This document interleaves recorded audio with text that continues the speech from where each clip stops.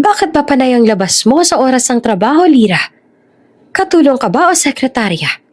Sigaw ni Eros, habang nag-e-echo sa buong opisina ang boses ng bilyonaryo CEO. Tumigil naman ang lahat. Timitig sa probensya ng sekretaryang nanginginig habang hawak ang supot ng pagkain.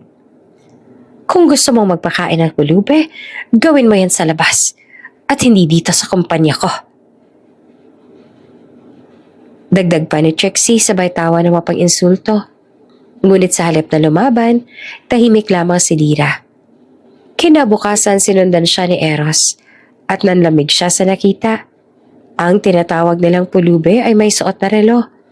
Kaparehong relo ng matagal niya nang nawawalang ama.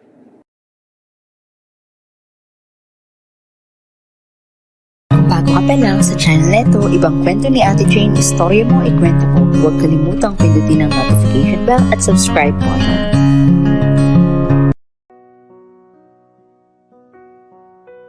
Mainit ang hangin nang bumaba si Lira Dizon sa bus terminal ng Cubao.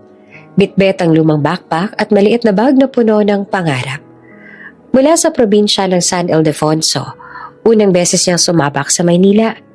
Maingay, mabilis, at parang walang oras para huminga. Pero hindi siya nagpadaig.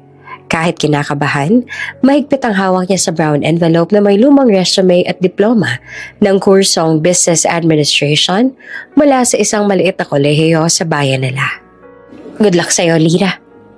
Mahina niyang bulong habang tumitingin sa malaking gusali ng Vergara Group of Companies. Isa sa pinakakilalang korporasyon sa bansa. Doon siya may interview bilang sekretarya ng mismong CEO, si Eros Vergara. Pagpasok niya sa lobby, halos hindi siya makakilos. Marmol ang sahig, may mga chandelier sa kisame, at ang mga empleyado ay naka-formal attire na parang laging may meeting. Suot niya lang ay simpleng blouse, pencil skirt at lumang sapatos na inayos pa ng tatay niya bago siya umalis. Kaya mo to, Lira, sabi niya sa sarili, sabay ngiti kahit nanginginig.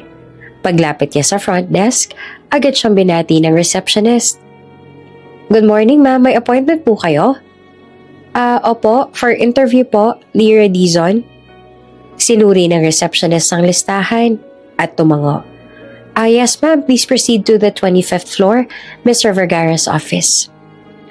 Pag-akyat niya sa elevator, halos marinig niya ang tibok ng puso niya. CEO agad ang mag-i-interview? Hindi siya sanay sa ganitong setup. Sa probinsya, ang mga boss, mababait, simple. Pero si Eros Vergara, sikat sa social media bilang Ice King of the corporate world. Laging seryoso, laging galit, at sinasabing wala pang empleyadong tumagal sa kanya ng higit sa 3 buwan. Pagbukas ng elevator, sinalubong siya ng malamig na ihip ng aircon at tunog ng tic-tac sa keyboard. Tahimik ang buong floor. Lahat nakatuon sa trabaho. Parang bawal magkamali. Miss Dizon, tawag ng HR staff. You can go in now. Dahan-dahan siyang pumasok sa opisina ng CEO. Malawak, modern at may salaming pader na tanaw ang buong syudad. Sa gitna, nakaupo ang isang lalaki na nakasuot ng itim na suit. Hawak ang tablet. Seryoso ang mukha. Si Eros Vergara. Sit. Malamig na sabi nito na hindi man lang tumingin. Umupo naman si Lira. Pinigilan na manginig ang tuhod. So, Miss Dizon, from the province? Tanong ni Eros habang nakatitig na ngayon sa papelya. Sir, San Ildefonso po. First job? Opo. Tahimik sandali si Eros. Tapos ay tumingin ito ng diretso sa kanya. Alam mo ba kung anong trabaho ng sekretarya? Opo, sir. Magmamanage po ng schedule, magko-coordinate ng meetings at siguraduhin maayos ang mga dokumento. Good. Pero dito hindi sapat ang opo. Hindi ako madaling boss. Gusto ko mabilis ka. Ayokong pinapaulit ang utos. Gets? Gets po. Mabilis sa sagot ni Lira kahit nanlalamig. Ngumiti ng bahagya si Eros. Pero hindi yun ngiti ng tuwa. Ngiti iyon ng pagsubok. Okay? You may start tomorrow, 8 a.m. sharp. Paglabas niya ng opisina, halos hindi siya makapaniwala. Natanggap ako. Napangiti siya ng tuluyan. Kinabukasan, maaga pa lang ay nasa building na si Lira. May dala siyang thermos ng kape at maliit na baon na pandesal. Tahimik siya umupo sa desk malapit sa opisina ng CEO. Hindi nagtagal, dumating si Eros. Diretso sa opisina, walang kahit sinong binate. Agad namang tumayo si Lira. Good morning, sir. Bati niya. Tumango naman ang lalaki. Coffee, no sugar. Nataranta siya pero mabilis sa kumilos. Ilang minuto lang inabot niya ang kape. Here po, sir. Inabot naman ni Eros ang tasa. Sinubukan at tumango ulit. Good. At least marunong kang gumawa ng kape. Simula noon, araw-araw niyang pinaghahandaan ng bawat utos si Eros. Meeting schedules, phone calls, reports. Tahimik lang siya pero mabilis kumilos. Hindi siya nagrereklamo kahit minsan napapagalitan. Ang iba kasing empleyado, isang sigaw lang ni Eros nagre-resign na. Pero si Lira, tahimik lang. Bakit kaya itong probinsyanang to? Hindi mo lang umiiyak kahit pagalitan ni sir. Bulong ng isa sa mga staff. Baka gusto lang ng pera. O baka desperado sa trabaho. Sagot naman ng isa. Ngunit si Lira, hindi iniinda ang mga chismis. Sa tuwing lunch break, bigla siyang nawawala, dalang supot ng pagkain. Bumabalik siya makalipas ang halos isang oras. Pawis at pagod. Pero laging may ngiti. Miss Lira, saan ka ba lagi pumupunta? Lagi ka may dalang plastic ng ulam Tanong ng janitress sa si Ate Minda, isang tanghali. May tinutulungan lang po ako, ate. Sagot ni Lira, sabay iwas ang tingin. Nang makita siya ni Eros mula sa glass wall ng opisina, napakunot ang noon niya. Lagi may nawawala tuwing tanghali. Ano bang ginagawa ng babaeng yan? Habang sinusulat ni Lira ang minutes ng meeting, napansin ni Eros sa mga kamay nitong may maliit na hiwa. Ano nangyari sa kamay mo? Tanong niya bigla. Ito po, wala po to sir, napaso lang po sa mainit na sabaw. Mainit na sabaw? Muling ulit ni Eros. Halata nagtataka. Sekretarya ka ba o cook? Ngumiti naman si Lira ng mahina. Sekretarya po pero mahilig din po ako magpakain. Tumaas ang kilay ni Eros. Pero hindi na nagtanong pa. Kinagabihan, habang nag-aayos ang mesa, tumingin si Lira sa litrato ni Eros sa corporate magazine. Sa isip niya, ang sungit naman niya. Pero mabait din siguro to minsan. Napangiti siya na bahagya bago pinatay ang ilaw. Sa kabilang banda, habang pauwi naman si Eros sa sasakyan niya, nakatingin siya sa bintana. Naiisip niya ang tahimik na sekretaryang probinsyana. May kung ano sa kanya. Simple, pero may lalim. At sa gabing iyon, nagsimulang hindi niya maipaliwanag na kuryosidad kay Lira Dizon. Ang sekretaryang galing sa probinsya na may pusong hindi kayang ipaliwanag ng resume. Makalipas ang isang taon, mula na maging sekretarya ni Eros Vergara, si Lira Dizon, marami nang nagbago sa opisina.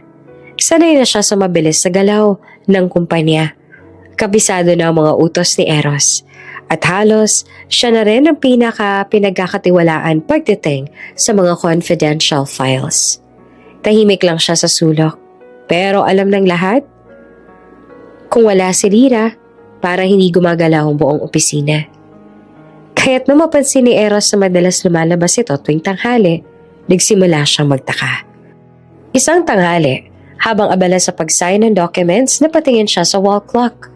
12:10 p.m. Tumingin siya sa mesa ni Lira. Walang tao. Where's my secretary?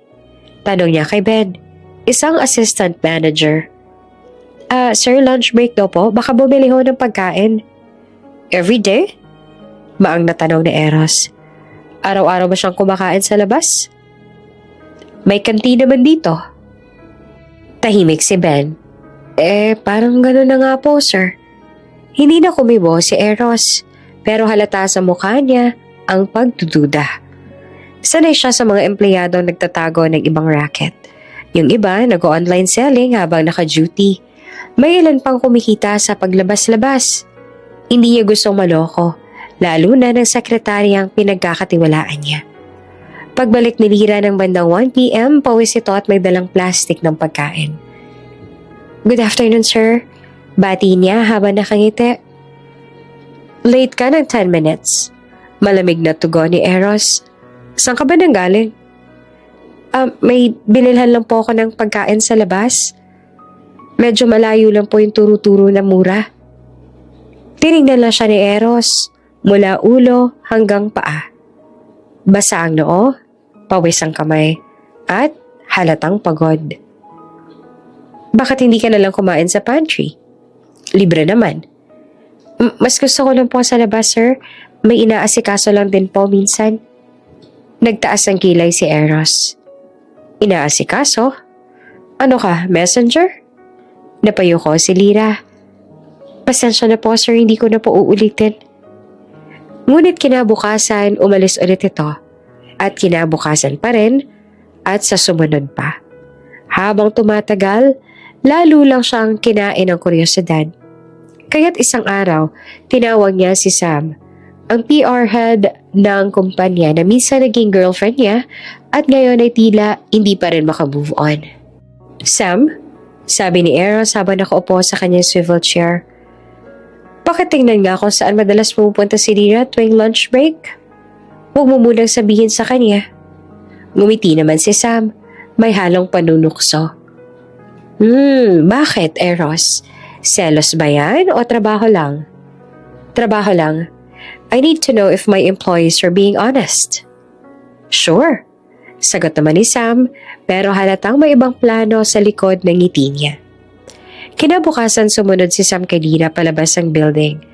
Mula sa malayo, nakita niyang pumasok ito sa isang maliit na karinderya. Bumili ng 2 ulam. Tapos, lumakad papunta sa kabilang kanto. Doon siya tumigil. Pero hindi makita ni Sam kung saan ba talaga ito tuluyang nagtungo. Pagbalik niya sa opisina, agad siyang lumapit kay Eros. "Sinundan ko na. Pero hindi ko alam kung saan talaga siya pumupunta eh. Pero isa lang sigurado ako. May ginagawa si Lira. Baka may boyfriend sa labas o di kaya nagpapadala ng pagkain sa kung sino." Napaisip si Eros. Bahagyang nakakunot ang noo. Boyfriend? Imposible. Halos wala ngang kausap yan dito eh. Baka sugar daddy, Eros. Biro pa ni Sam sabay tawa. Alam mo naman, probinsyana, pero marunong. Sayang, tahimik pa naman. Napatingin si Eros, malamig ang mata. Enough, don't spread rumors. Pero kahit sinabi niya iyon, hindi rin siya mapakali. Ilang araw pa ang lumipas at tuwing nakikita niyang lumalabas si Lira na may hawak na plastic ng pagkain, parang may bumubulong sa isip niya. Sino ba talagang pinapakain mo? Isang hapon, nadatnan niya ito nag-aayos ng mga folder bago umuwi. "Miss Dizon?" Tawag niya. "Yes po, opo sir. Bukas gusto ko makita lahat ng lunch receipts mo. Yung mga binibili mong pagkain sa labas, company policy check." Nagulat naman si Lira, pero mabilis nang umiti. Sige po sir." Paglabas ito ay napailing si Eros. Hindi ko siya maintindihan. Laging kalmado kahit hinaharap ko. Kinagabihan, habang nasa condo si Eros, hindi siya mapakali. Tumingin siya sa city lights mula sa malaking bintana. Mula nang dumating si Lira, iba na ang rhythm ng opisina niya. Tahimik, pero may kakaibang ginawa tuwing naroon ito. Pero bakit parang may tinatago siya? Kinabukasan, hindi na nakatiis si Eros. Nakita niya si Lira sa lobby. Dala na naman ang supot ng pagkain. "Miss Dizon?" Tawag niya. "Saan ka naman pupunta?" Ngumiti naman si Lira. Lunch break po, sir." "Sa labas ulit?" "Opo." "May kasabay ka ba?" "Wala po, sanay na po ako mag-isa." Hindi na sumagot si Eros, Pinanood niya na lang itong lumabas. At sa loob-loob niya, nagpasya na siya. Sige, bukas, susundan na kita. Nang araw na yon, tumambay si Eros sa loob ng kotse niya. Nakaparada sa tapat ng building. Mula sa rearview mirror, nakita niyang lumabas si Lyra. Suot ang simpleng blouse at bitbit ang 2 plastik ng pagkain. Tinawid nito ang kalsada at naglakad papunta sa kabilang blocking may maliit na parke. Doon siya nawala sa paningin ni Eros. Ngunit bago pa niya nasundan, biglang tumunog ang cellphone niya. Tawag mula sa board member. Damn! Mura niya at napilitan siyang bumalik sa meeting. Kinagabihan, habang nakahiga, muling bumalik sa isip niya ang eksena. Si Lyra, pawis, pero ngitiin lang ng ngiti. Parang may mabigat na dahilan sa ginawa. Ano bang meron sa'yo, Miss Dizon? Mahina niyang sabi bago pumikit. Hindi pa niya alam, pero ang pinaghihinalaan niyang racket ni Lyra ang magbubukas ang pinakamalaking sikreto ng buhay niya. Mainit ang umagang iyon sa Vergara Group, pero mas mainit ang bulungan sa bawat cubicle. May bagong paksa ng intriga at ang bida, walang iba kundi si Lyra Dizon, ang tahimik na sekretarya ni Eros Vergara. Si Trixie, isa sa PR head ng kumpanya at dating karelasyon ni Eros, ay abala sa pag-aayos ng makeup habang kausap si Sam, ang PR head din na minsan niyang ginagamit para mangalap ng impormasyon. Sam, mahinang sabi niya habang inaayos ang buhok. Yung pinagawa ko sa'yo last week? Sinundan mo ba yung sekretarya ni Eros? Tumango si Sam. Opo ma'am, araw-araw po siyang lumalabas tuwing lunch. Bumibili siya ng pagkain sa labas tapos naglalakad ng mga 10 minuto papunta sa my park. Doon na po siya nawawala. Sa park? Ngumisi si Trixie sabay kandat. Ha? Sabi ko na nga ba't may tinatagong kalandian yung probinsyanang yon?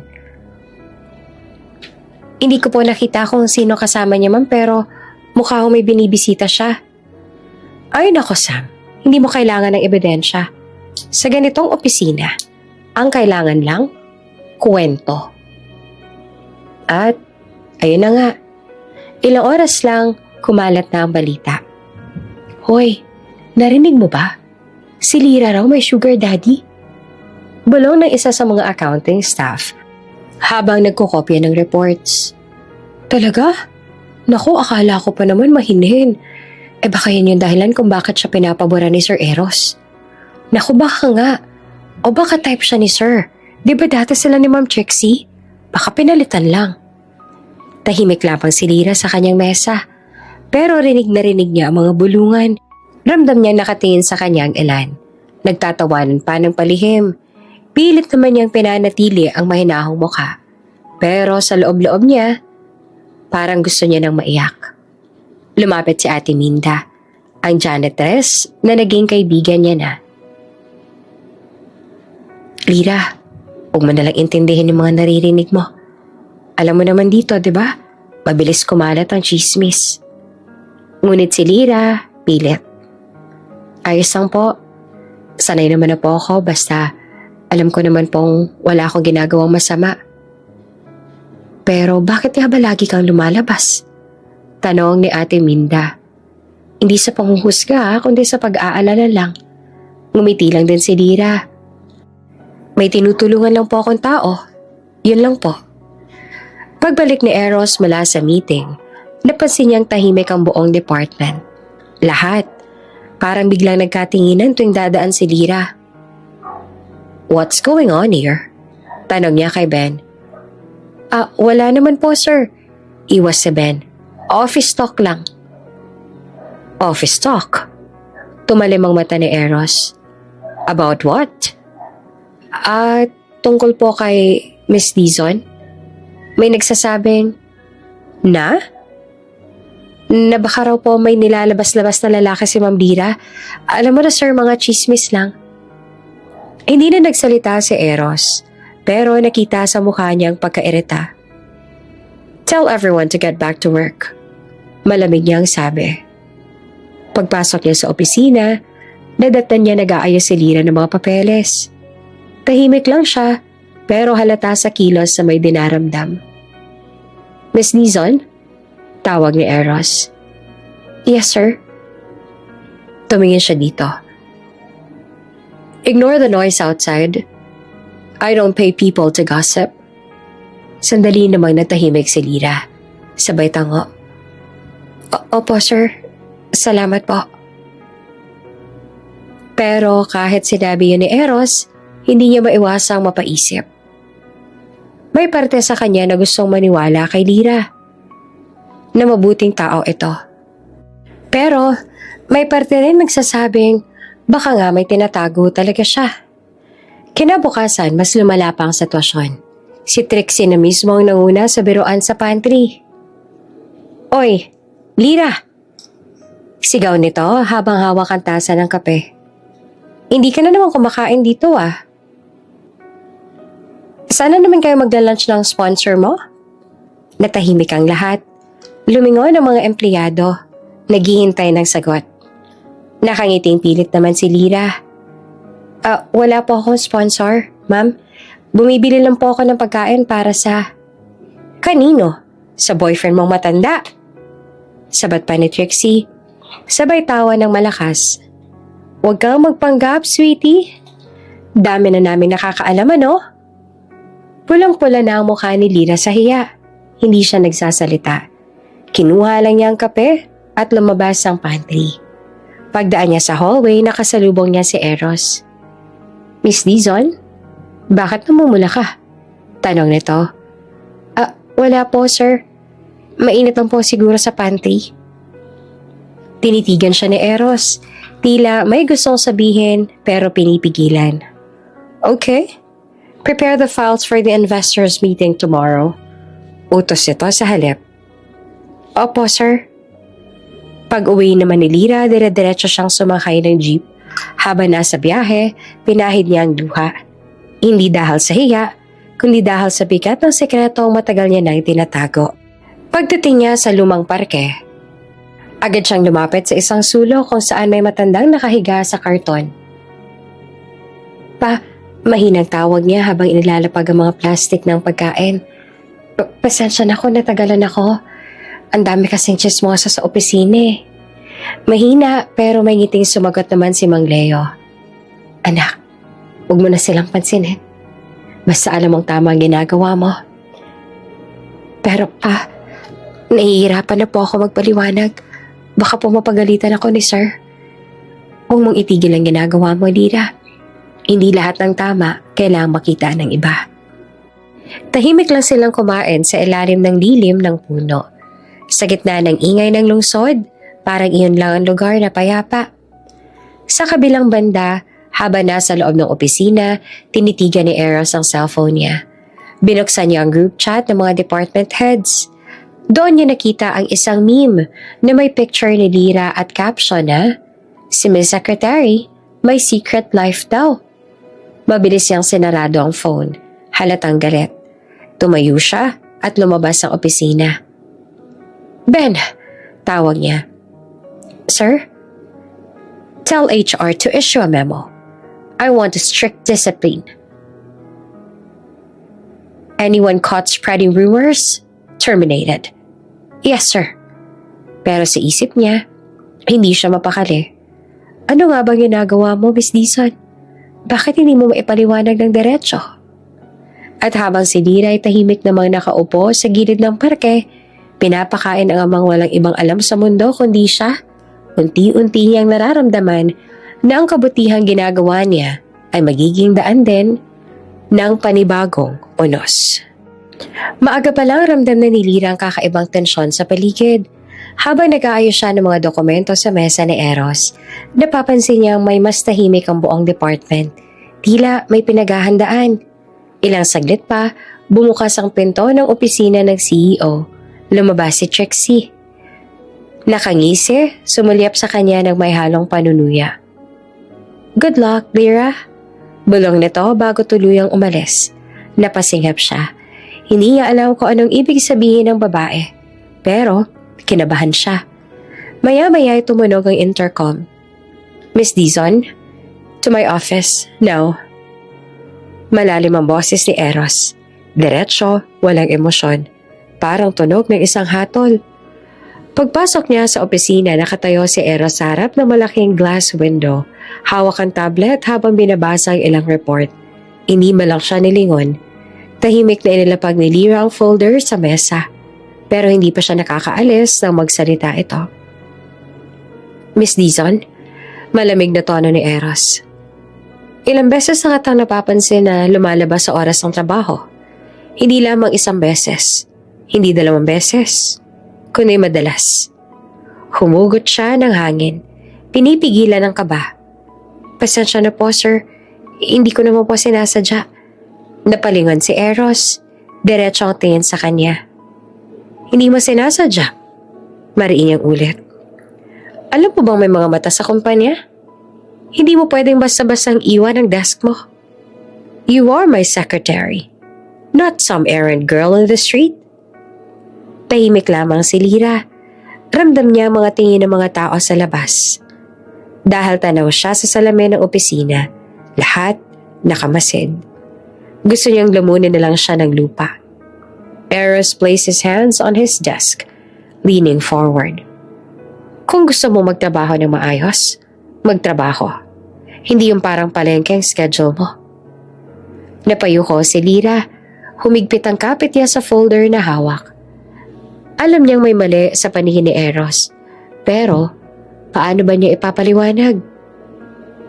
Pasensya na po, sir. Mahina niyang sabi. May tinutulungan lang po talaga akong tao. Hindi ko naman po sinasadyang magmukhang pabaya. Napakunot ang noon ni Eros. Tinutulungan? Tumango si Lyra. Hindi magawang tumingin ng diretsyo. Opo, may isa pong matandang babae sa kabilang kanto ng building. Wala siyang pamilya at... Stop! Tinigil siya ni Eros. Hindi mo trabaho yon. Hindi kita binabayaran para sa mga gawaing labas sa opisina. Napahinga ng malalim si Lyra. Gusto niya sanang ipaliwanag pa. Pero kita sa mukha ni Eros ang inis. Kaya tumango na lamang siya. Naiintindihan ko po, sir. Hindi na po mauulit. Tahimik ang sumunod na ilang segundo. Naririnig lang nila ang mahinang tunog ng aircon at tiktak ng relo sa dingding. Tumingin si Eros sa kanya ng diretsyo. Matalim, pero tila may bahid ng pag-aalinlangan. Parang gusto pa niya magtanong, pero pinigilan niya ang sarili. You may go. Malamig na sabi nito. Paglabas si Lyra, parang bigla namang gumaan ang paligid pero mapikat pa rin ang dibdib niya. Pagdaan niya sa hallway, nakita niya nakangisi naman si Trixie, kasama si Sam. Oy, baka grounded ka na, Lyra. Sigaw ni Sam sabay tawa.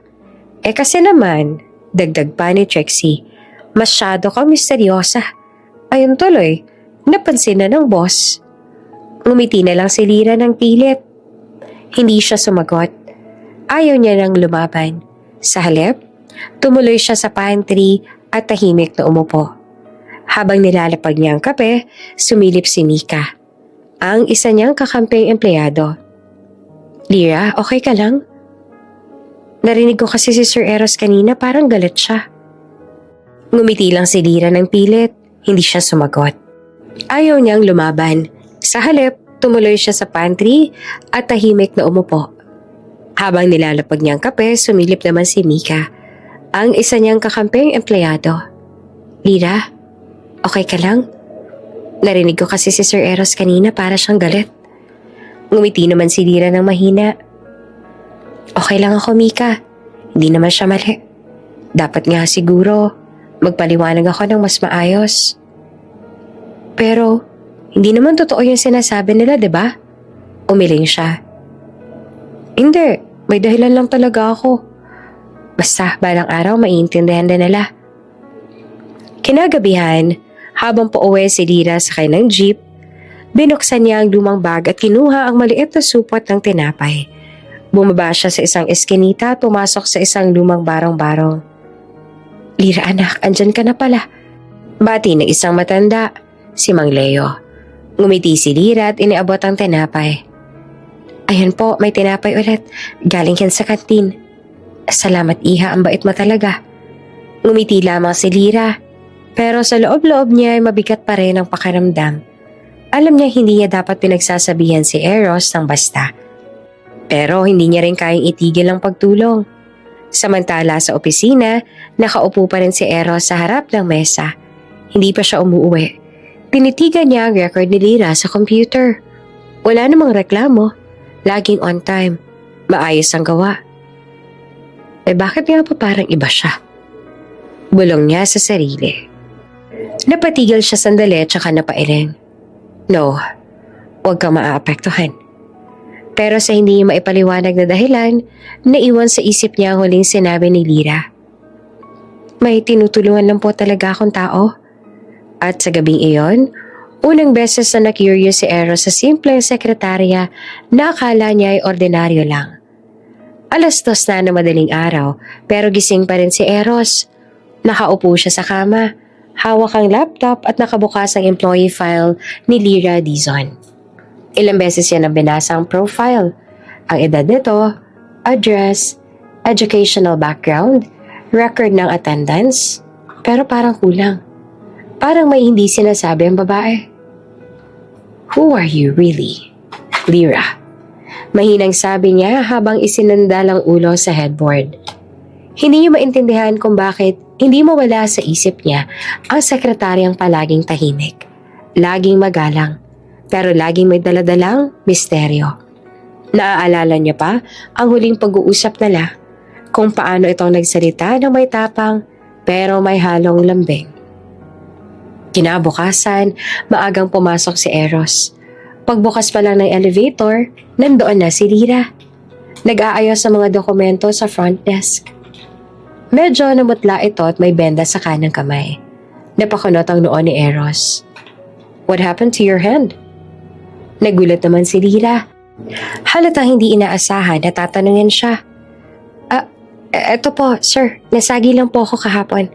Pero wala po to. Pero hindi naniwala si Eros. Nasagi? Inabot niya ang tasa ng kape na hawak nito at napansin ang bahagyang panginginig ng daliri. Mukhang hindi naman yan simpleng nasagi. Umiling si Lyra. Naku, wala po talaga yan, sir. Nakakahiya kung maabala pa kayo. Hindi na siya nagsalita pa. Pero habang naglalakad papasok sa opisina, ramdam ni Eros ang ines at pag-aalala na sabay tumatama sa dibdib niya. Bakit ba ako naaapektuhan? Pagdating ng hapon, sinundan niya ng tingin si Lyra habang lumalabas ng building. Bitbit pa rin ito ang pamilyar na supot ng pagkain. Dahil hindi siya mapakali, kumuha siya ng sariling kotse at sinundan ito.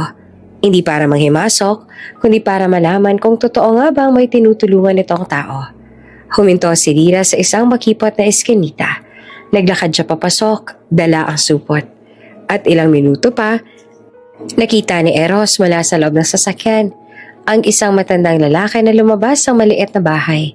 Si Lyra ay nakangiti habang iniaabot ang pagkain. Tila bumagal ang oras. Hindi iyon eksenang inaasahan ni Eros.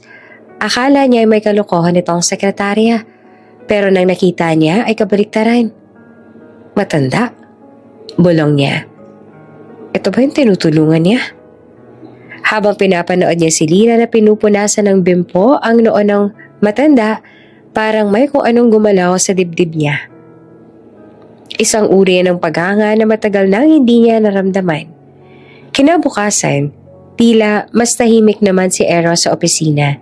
Habang binabasa ang report ni Lyra, napansin niyang maayos ang lahat. Walang mali, walang kulang. At kahit papaano, parang iba na ang tingin niya rito. Nang dumating si Lyra, inabot ang bagong schedule. Napansin niya nakatingin si Eros sa kanya. Sir? Tanong nito. Umubo siya ng kaunti. Wala. Just, good job. Ngumiti si Lyra, halatang nagulat. Salamat po, sir. Habang lumalakad ito palabas, napatingin naman si Eros sa kamay nitong may sugat pa rin. Hindi niya napigilan ang sarili. Miss Dizon? Tawag niya muli. Lumingon naman si Lira. Po? Ipaggamot mo yung kamay mo. Hindi pwedeng ganyan habang nagtatrabaho ka rito. Okay po, sir. Tumango ito at nginitian siya bago lumabas ng opisina. Pagkalabas si Lira ay napabuntong hininga si Eros. Ngayon niya lang napansin kung gaanong kalambing ng ngiti nito. Simple, pero may lalim. Sa pantry naman sinalubong si Lira ni Mika. Uy, nakita ko yung kamay mo ah. Seryoso, ano ba nangyari? Ngumiti naman si Lira. Naku pala to Mika, tinulungan ko lang si Mang Leo noong isang gabi. Nilalagnat kasi kaya ako nagluto't nagpuna sa kanya. Ha? Siya pa rin? Lira, nakakatakot na yung ginagawa mo ah. Baka kung paano ka pa. Okay lang. Sagot naman ni Lira sabay kantat. Hindi ko naman kaya iwan yung matanda wala na nga siyang pamilya. Habang nagkakwentuhan sila, dumaan naman si Eros sa may pintuan ng pantry. Tila kukuha ng kape. Sandali siyang napatigil nang marinig ang pangalan ni Mang Leo. Pagbalik niya sa opisina, hindi siya mapakali. Binuksan niya ang kanyang laptop at hinanap sa HR file ang address ni Lira. Nang mabasa niya ito, tumugma sa lugar kung saan niya nakita ang matandang lalaki kagabi. Mang Leo, bulong niya ulit. Mula noon, hindi na maiwasang mapatingin kay Lira tuwing magtatagpo ang kanilang mga mata. Hindi dahil sa trabaho, kundi dahil unti-unti niya nakikita ang kabutihang matagal niya na nakalimutan na meron pa sa mundong ito. At sa bawat araw na lumilipas, mas lalo siyang nauusisa. Sino ba talaga si Lira Dizon? At bakit parang mas malalim pa sa inaakala niya mga lihim nitong tinatago? Mainit ang sikat ng araw ng tanghaling iyon. Karaniwang oras ng lunch break, pero si Eros ay hindi kumakain. Nakaupo siya sa loob ng kotse. Nakapark ilang metro mula sa entrance ng Vergara building. Nakasalamin siya, pero may mga mata nakatuon lang sa isang direksyon, kay Lira Dizon.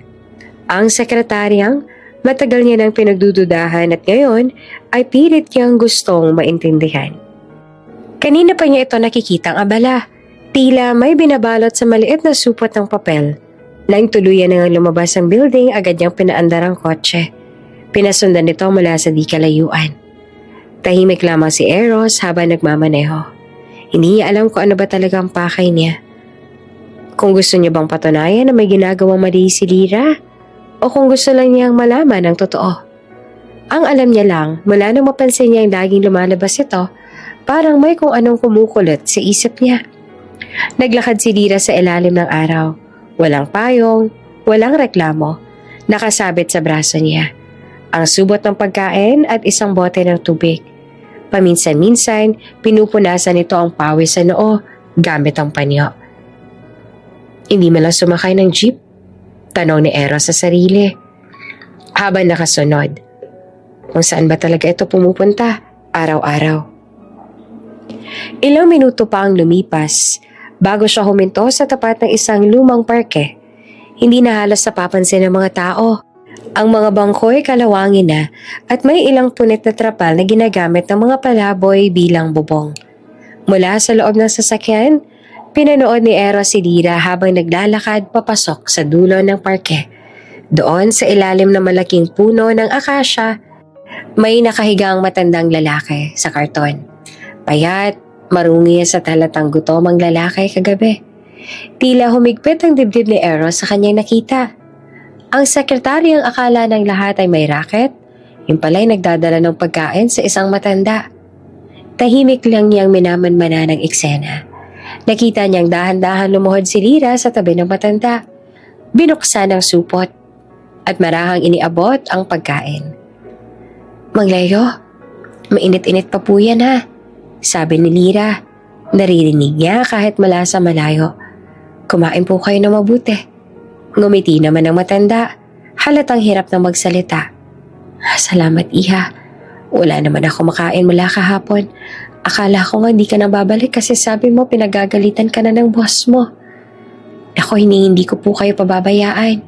Sagot ni Lira sabay ngiti. Basta kumain muna kayo. May gamot din po ako dito para sa ubo ninyo. Habang pinupunasan ni Lira ang pawis si Mang Leo gamit ang panyo, napansin ni Eros ang maliliit na galo sa braso ng sekretarya. Pareho sa mga nakikita niya noong isang araw. Dito niya tuluyang naiintindihan kung saan galing ang mga iyon. Napatigil siya sandali. Ipinagpapalit niya ang oras ng pahinga para lang makatulong sa isang pulube. Hindi niya alam kung ano ang dapat niyang maramdaman. Mahiya, maantig, o baka pareho. Nang matapos kumain si Mang Leo, nakita niya ang inalalayan nito ni Lira paakyat ng bangko. Dapat po talaga sa shelter kayo, Mang Leo, delikado na dito. Umiling lang ang matanda. Ayoko sa loob, anak. Mas gusto ko rito. Kita ko yung langit. Napangiti naman siya, pero halatang may lungkot sa mga mata. Tila ay hindi na napigilan ni Lira ang mahabag. Sige po, pero pagbabalik po ako bukas, may bitbit akong kumot at jacket. Bukas? Tanong ni Mang Leo, sabay tawa ng mahina. Kahit hindi na muna, iha. Baka mapagalitan ka lang ng boss mo. Ngumiti naman si Lira. Nako, sanay na po ako ron. Basta kayo, wag lang po kayong pagugutom. Narinig naman niyo ni Eros. Sa loob ng kotse, napatingin siya sa sariling kamay na nakahawak sa manibela. Parang biglang tumahimik ang mundo. Ang babae na akala niyang simpleng empleyado lang, may ganitong puso palang kayang magmahal nang walang kapalit. Matagal nang pinagmamasdan si Lira hanggang sa matapos itong maglakad pabalik. Ngunit bago ito tuluyang makaalis, napansin niyang inabot ni Mang Leo ang pulso nito. Salamat ha. Kung may anak lang sana ako, sana kagaya mo. Tumigil naman si Lira, halatang naiiyak pero pinipigilan. Kung ganun po, ituring niyo na lang po akong anak, Mang Leo. Sa sandaling yon, hindi na nakatiis si Eros. Ibinalik niya ang tingin sa dashboard at malalim na huminga. May kung anong kirot na bumalot sa kanya. Hindi dahil sa awa, kundi sa gulat. Ang eksenang nakita niya ay hindi pangkaraniwan. Nang makaalis na si Lira, sumunod siya pabalik sa building. Tahimik lang siya sa biyahe. Parang may nagbago sa loob niya. Pagdating sa opisina, nakasandal siya sa swivel chair, nakatingin sa city skyline. Hindi niya maiwasang mapaisip. Bakit kailangan niya pang magtago? Bakit kailangan pa niya magpaliwanag kung kabutihan lang naman ang ginagawa niya? Lumipas ang ilang oras, pero hindi pa rin mawala sa isip niya ang imahe ni Lira na nakaluhod sa tabi ng isang matandang gutom. Walang kamera, walang saksi, walang motibong pampaganda ng imahe. Tunay, taos puso. Kinabukasan habang abala si Lira sa pag-aayos sa mga papeles, pasimple lang siyang lumapit. Miss Dizon? Tawag niya. Nagulat ito at mabilis na tumayo. Sir? May kailangan ka bang tulong? Po? Wala naman po sir. Ayos lang po ako. Tumango siya. Okay. Kung may kailangan ka, sabihin mo lang. Ngumiti naman si Lira. At iyon ang unang beses na nakita ni Eros ang ganitong ngiti.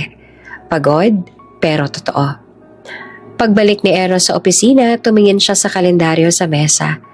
Napansin niyang sinulatan ni Lira ng maliit na doodle ang petsa ng bukas. Isang maliit na araw na may ngiti. Napatingin siya sa sarili. Siguro, bukas bibisitahin niya ulit si Mang Leo. At sa hindi niya maipaliwanag na dahilan, gusto rin niyang sumama. Muling bumalik si Lira sa parke kinabukasan. Dalang supot ng pagkain at maliit na thermos ng mainit na sabaw. Katulad ng dati, mag-isa lang siya. Pawisan pero may ngiti sa labi. Sa ilalim ng parehong punong akasya, nandoon si Mang Leo. Nakasandal sa karton, tila inaantok at pagod.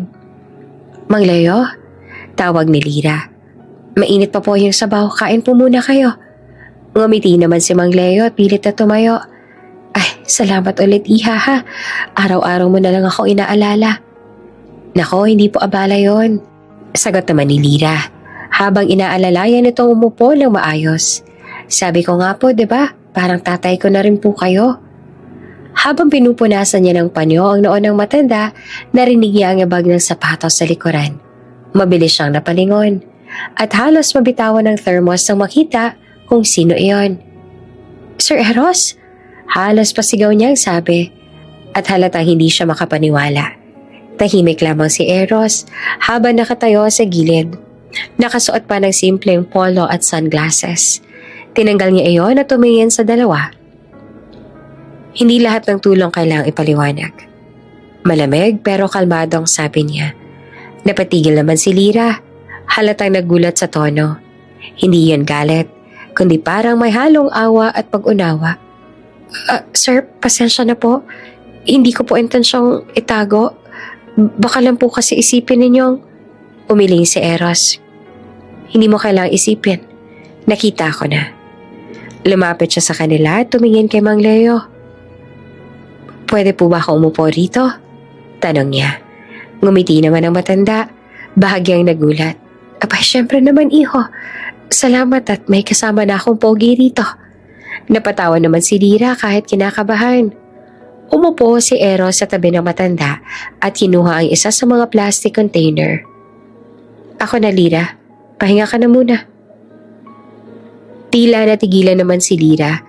Hindi niya nakalang tutulungan siya mismo ng boss niya sa ganitong sitwasyon. Habang binubuksan ni Eros ang pagkain at tinaabot ito kay Mang Leo, napansin ng nanginginig ang kamay ng matanda. Marami pong salamat, sir, sabi ni Mang Leo. Hindi ko akalaing may ganitong kabait na tao pa pala. Sumagot naman si Eros sa mahina. Hindi po ako mabait. Tinuturuan lang ako ng mabait. Sabay tingin kay Lyra. Nagkatinginan silang dalawa at sa unang beses, hindi ito yung typical na boss-employee stare. May kakaibang katahimikan sa pagitan nila. Parang pareho nagulat sa sarili nilang emosyon. Matapos kumain ni Mang Leo, naglabas si Lyra ng maliit na bote ng gamot. Ito po yung binili kong gamot para sa ubo ninyo. Inupon niyo po pagkatapos. Salamat anak, sagot ni Mang Leo, sabay hawak sa kamay ni Lyra. Kung wala ka, ewan ko kung saan ako pupulutin. Umiling si Lyra at gumiti. Hindi po, Mang Leo. Ako po ang dapat na magpasalamat sa inyo. Kayo po kasi ang nagpapaalala sa akin kung bakit ako lumalaban araw-araw. Tumingin si Eros sa kanya, tila nag-aalangan pero interesado. Bakit mo naman nasabi yon? Huminga ng malalim si Lyra.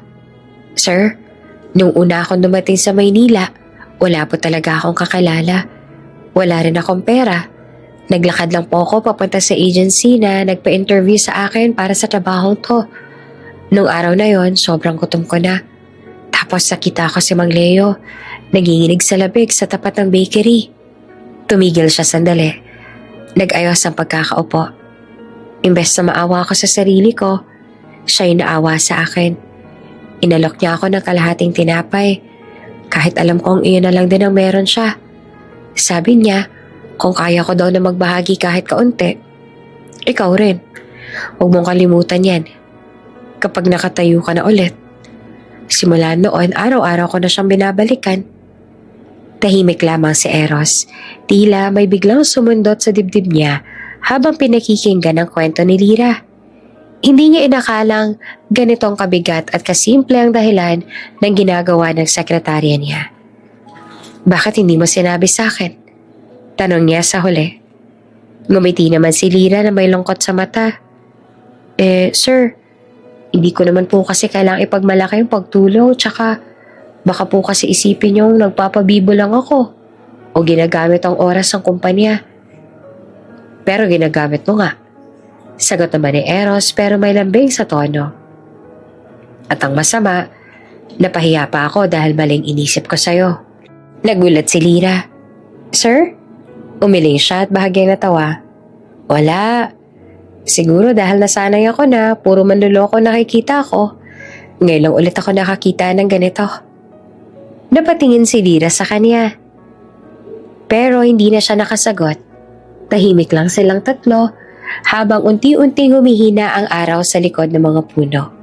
Bago sila umalis, naglabas si Eros ang maliit na sobre mula sa bulsa. Mang Leo, maliit na tulong lang po yan para makabili kayo ng gamot o pagkain. Bigla namang tumanggi ang matanda. Nako, huwag na iho. Sapat na sa akin tong araw na may kausap ako. Hindi ko naman kailangang bayaran yung kabutihang loob. Ngumiti naman si Eros, humanga.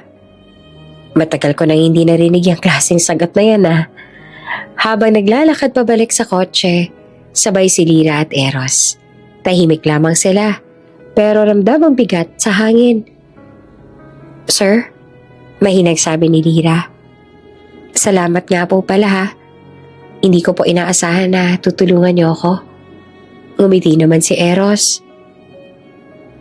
Hindi ako tumulong para sa'yo. Gusto ko lang maranasan yung ginagawa mo. Ang alin po? Yung tumulong nang walang kapalit. Napangiti si Lyra, hindi na nagsalita. Pagbalik nila sa building, habang nakasakay sa elevator, biglang nagsalita si Eros. Miss Dizon? Po, sir? Simula ngayon, kung lalabas ka tuwing lunch, huwag ka na magtago. Sabihin mo lang sa akin kung saan ka pupunta. Medyo natigilan naman si Lyra. Ibig sabihin po, pinapayagan niyo na po ako? Tumango si Eros. Oo, pero may kondisyon. Ano po yun? Isama mo ako minsan. Napatulala si Lyra, tsaka napangiti ng bahagya. Sige po sir, pero huwag niyo pong kakalimutan, wala pong reklamo kahit mainit. Ngumiti si Eros, bahagyang natawa. Deal. At sa unang pagkakataon, pareho silang ngumiti.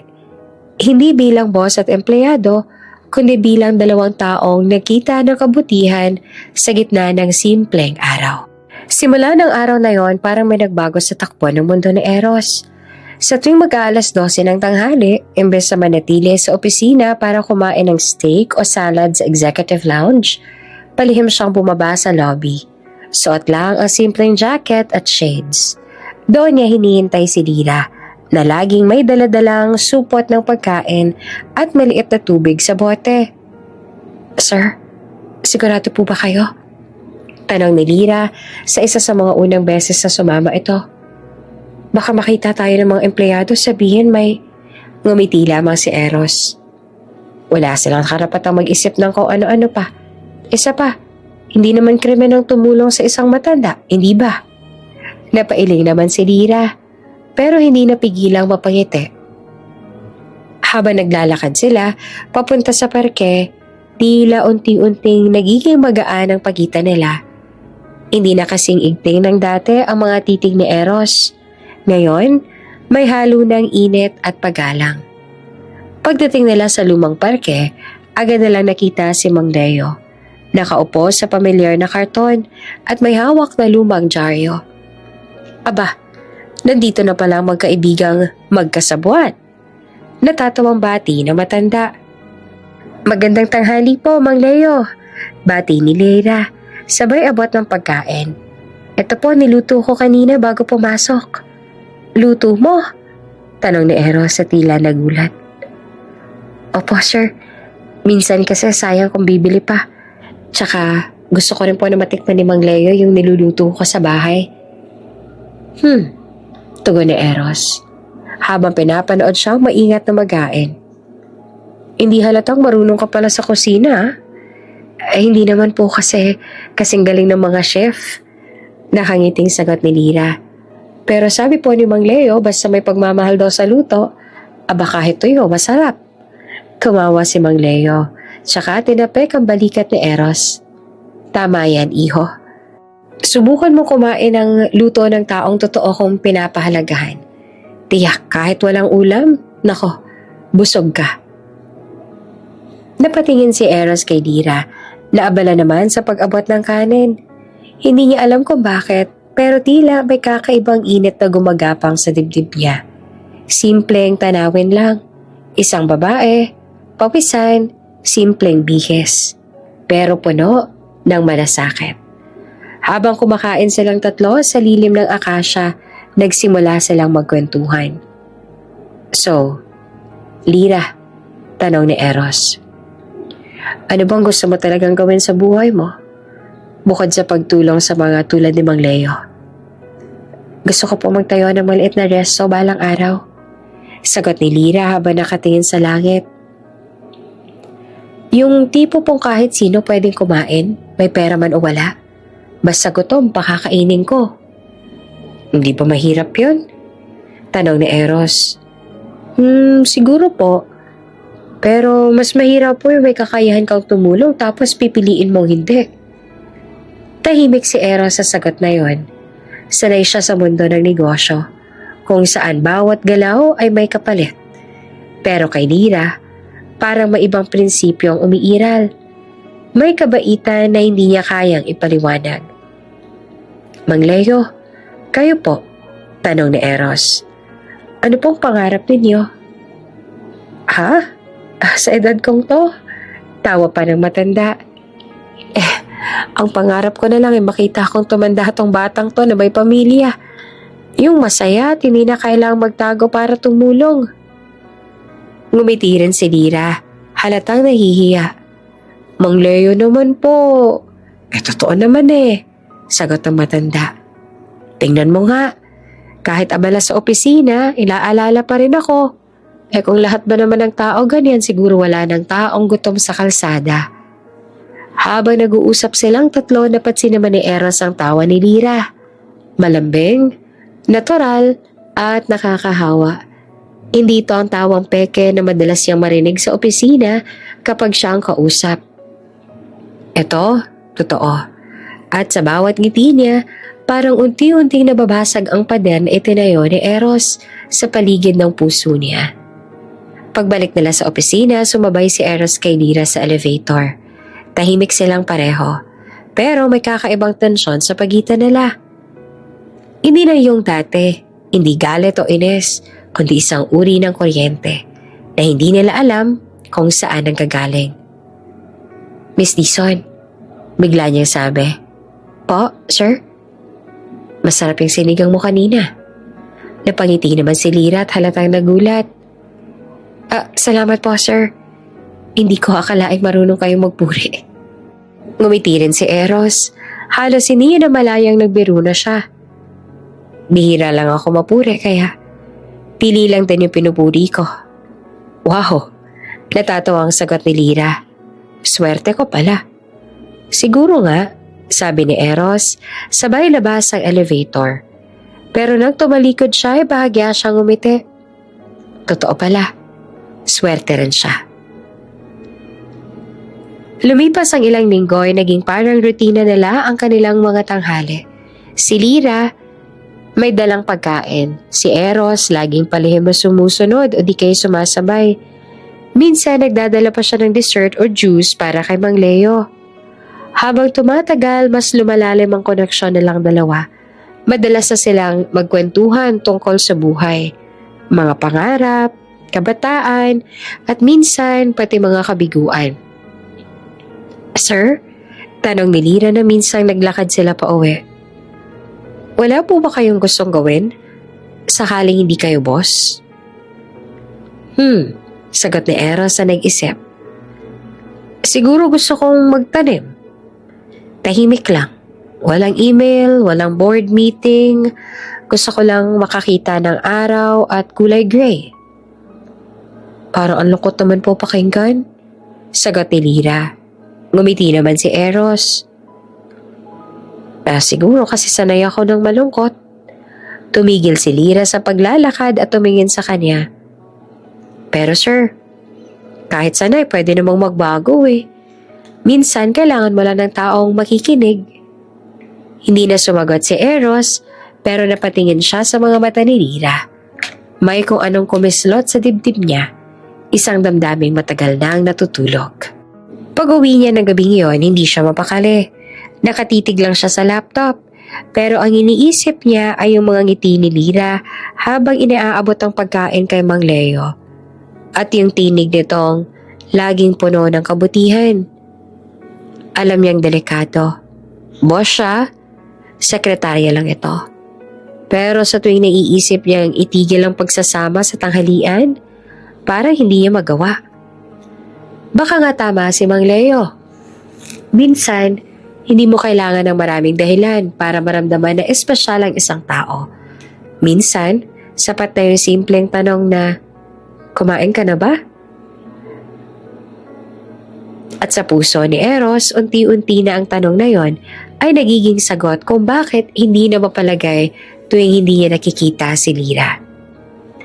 Mula sa dulo ng hallway ng kumpanya, nakatayo si Trixie, ang dating PR manager at minsan ang minahal ni Eros Vergara. Hawak niya ang cellphone. At mula roon ay kinuhanan niya ng litrato sina Eros at Lyra na sabay na lumalabas ng building. Magaan ang mga ngiti, tila walang iniintinding mundo. Isang ngiti ng pagkaselos ang lumabas sa labi ni Trixie. So, ito pa lang dahilan kung bakit hindi mo na ako pinapansin, Eros. Bulong niya sa sarili. Isang probinsyanang sekretarya. Habang pinapanood niya silang maglakad palabas, ramdam niya ang pait. Hindi niya maalala kung kailan ang huling umiti ng ganoon si Eros noong sila pa. Noon, puro trabaho, puro lamig, puro utos. Pero kay Lyra, parang ibang tao si Eros. Marunong siyang umiti, marunong tumawa. Hindi ako papayag, ano? Mahinang sabi ni Trixie habang pinipisil ang cellphone. Hindi siya pwedeng maging masaya sa iba. Kinabukasan, maaga siyang pumasok sa opisina. Nakaupo siya sa kanyang mesa at sa harap niya nakadisplay ang edited na larawan.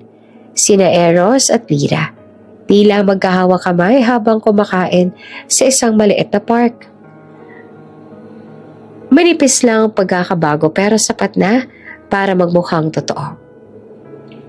Konting adjustment lang, sabi niya sa graphic artist na kaibigan niyang ututang dila. Gawin mong halata, pero hindi naman yung sobrang halata ah. Alam mo na, para pag nakita ng iba, sila na mismong husga. Nang matapos ang larawan, agad niya itong ipinasa sa ilang kasamahan sa department group chat. Uy, nakita niyo na ba to?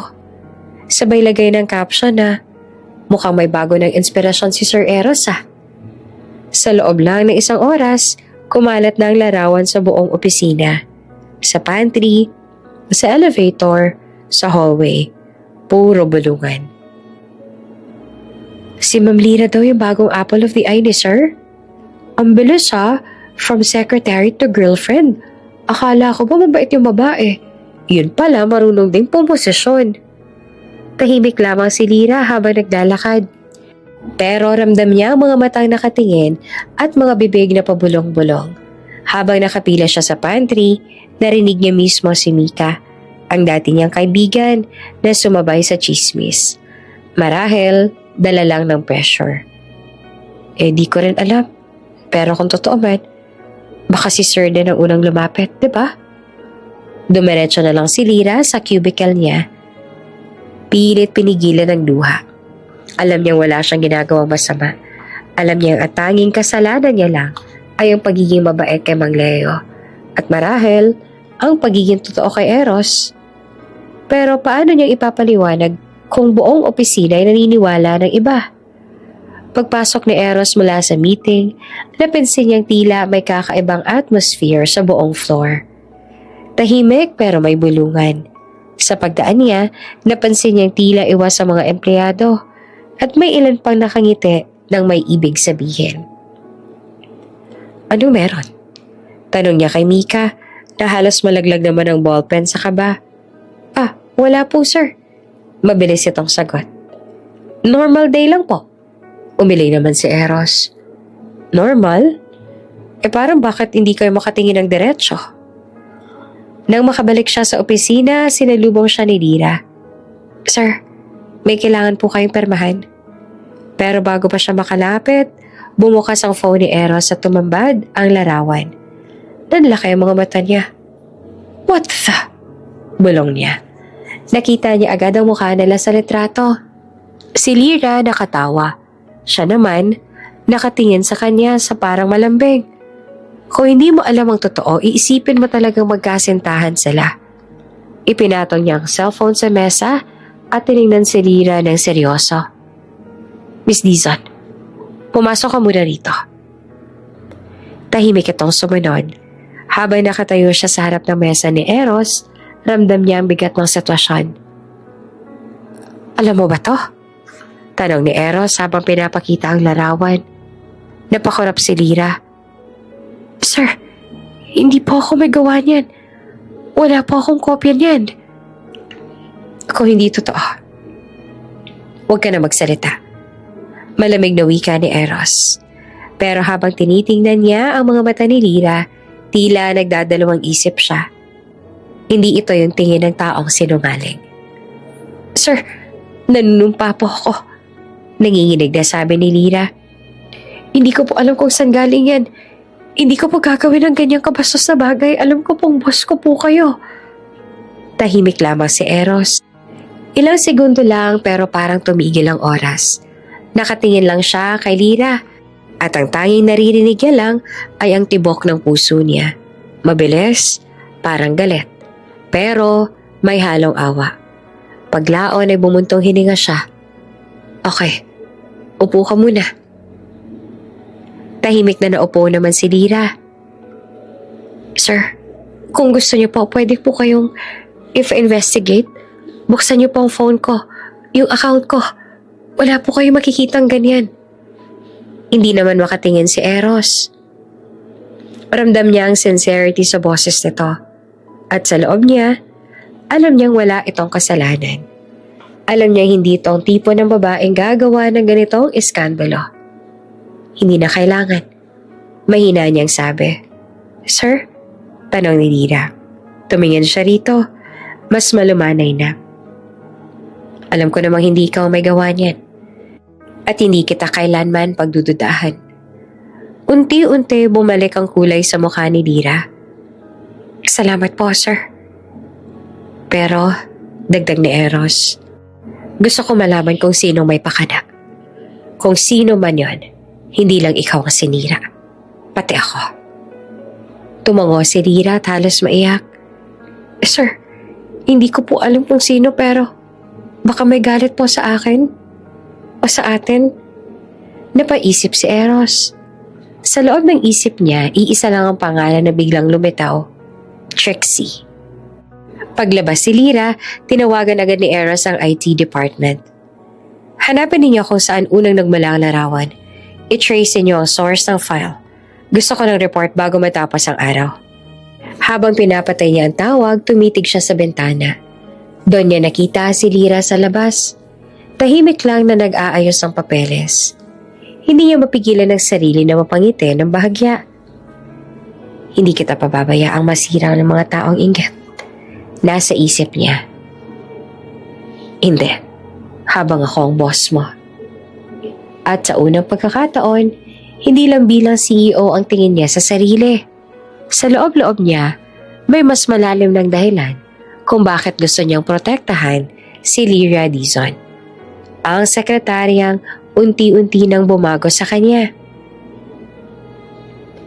Maagang dumating si Eros sa opisina, ngunit may kakaibang katahimikan sa paligid. Wala sa mesa si Lyra.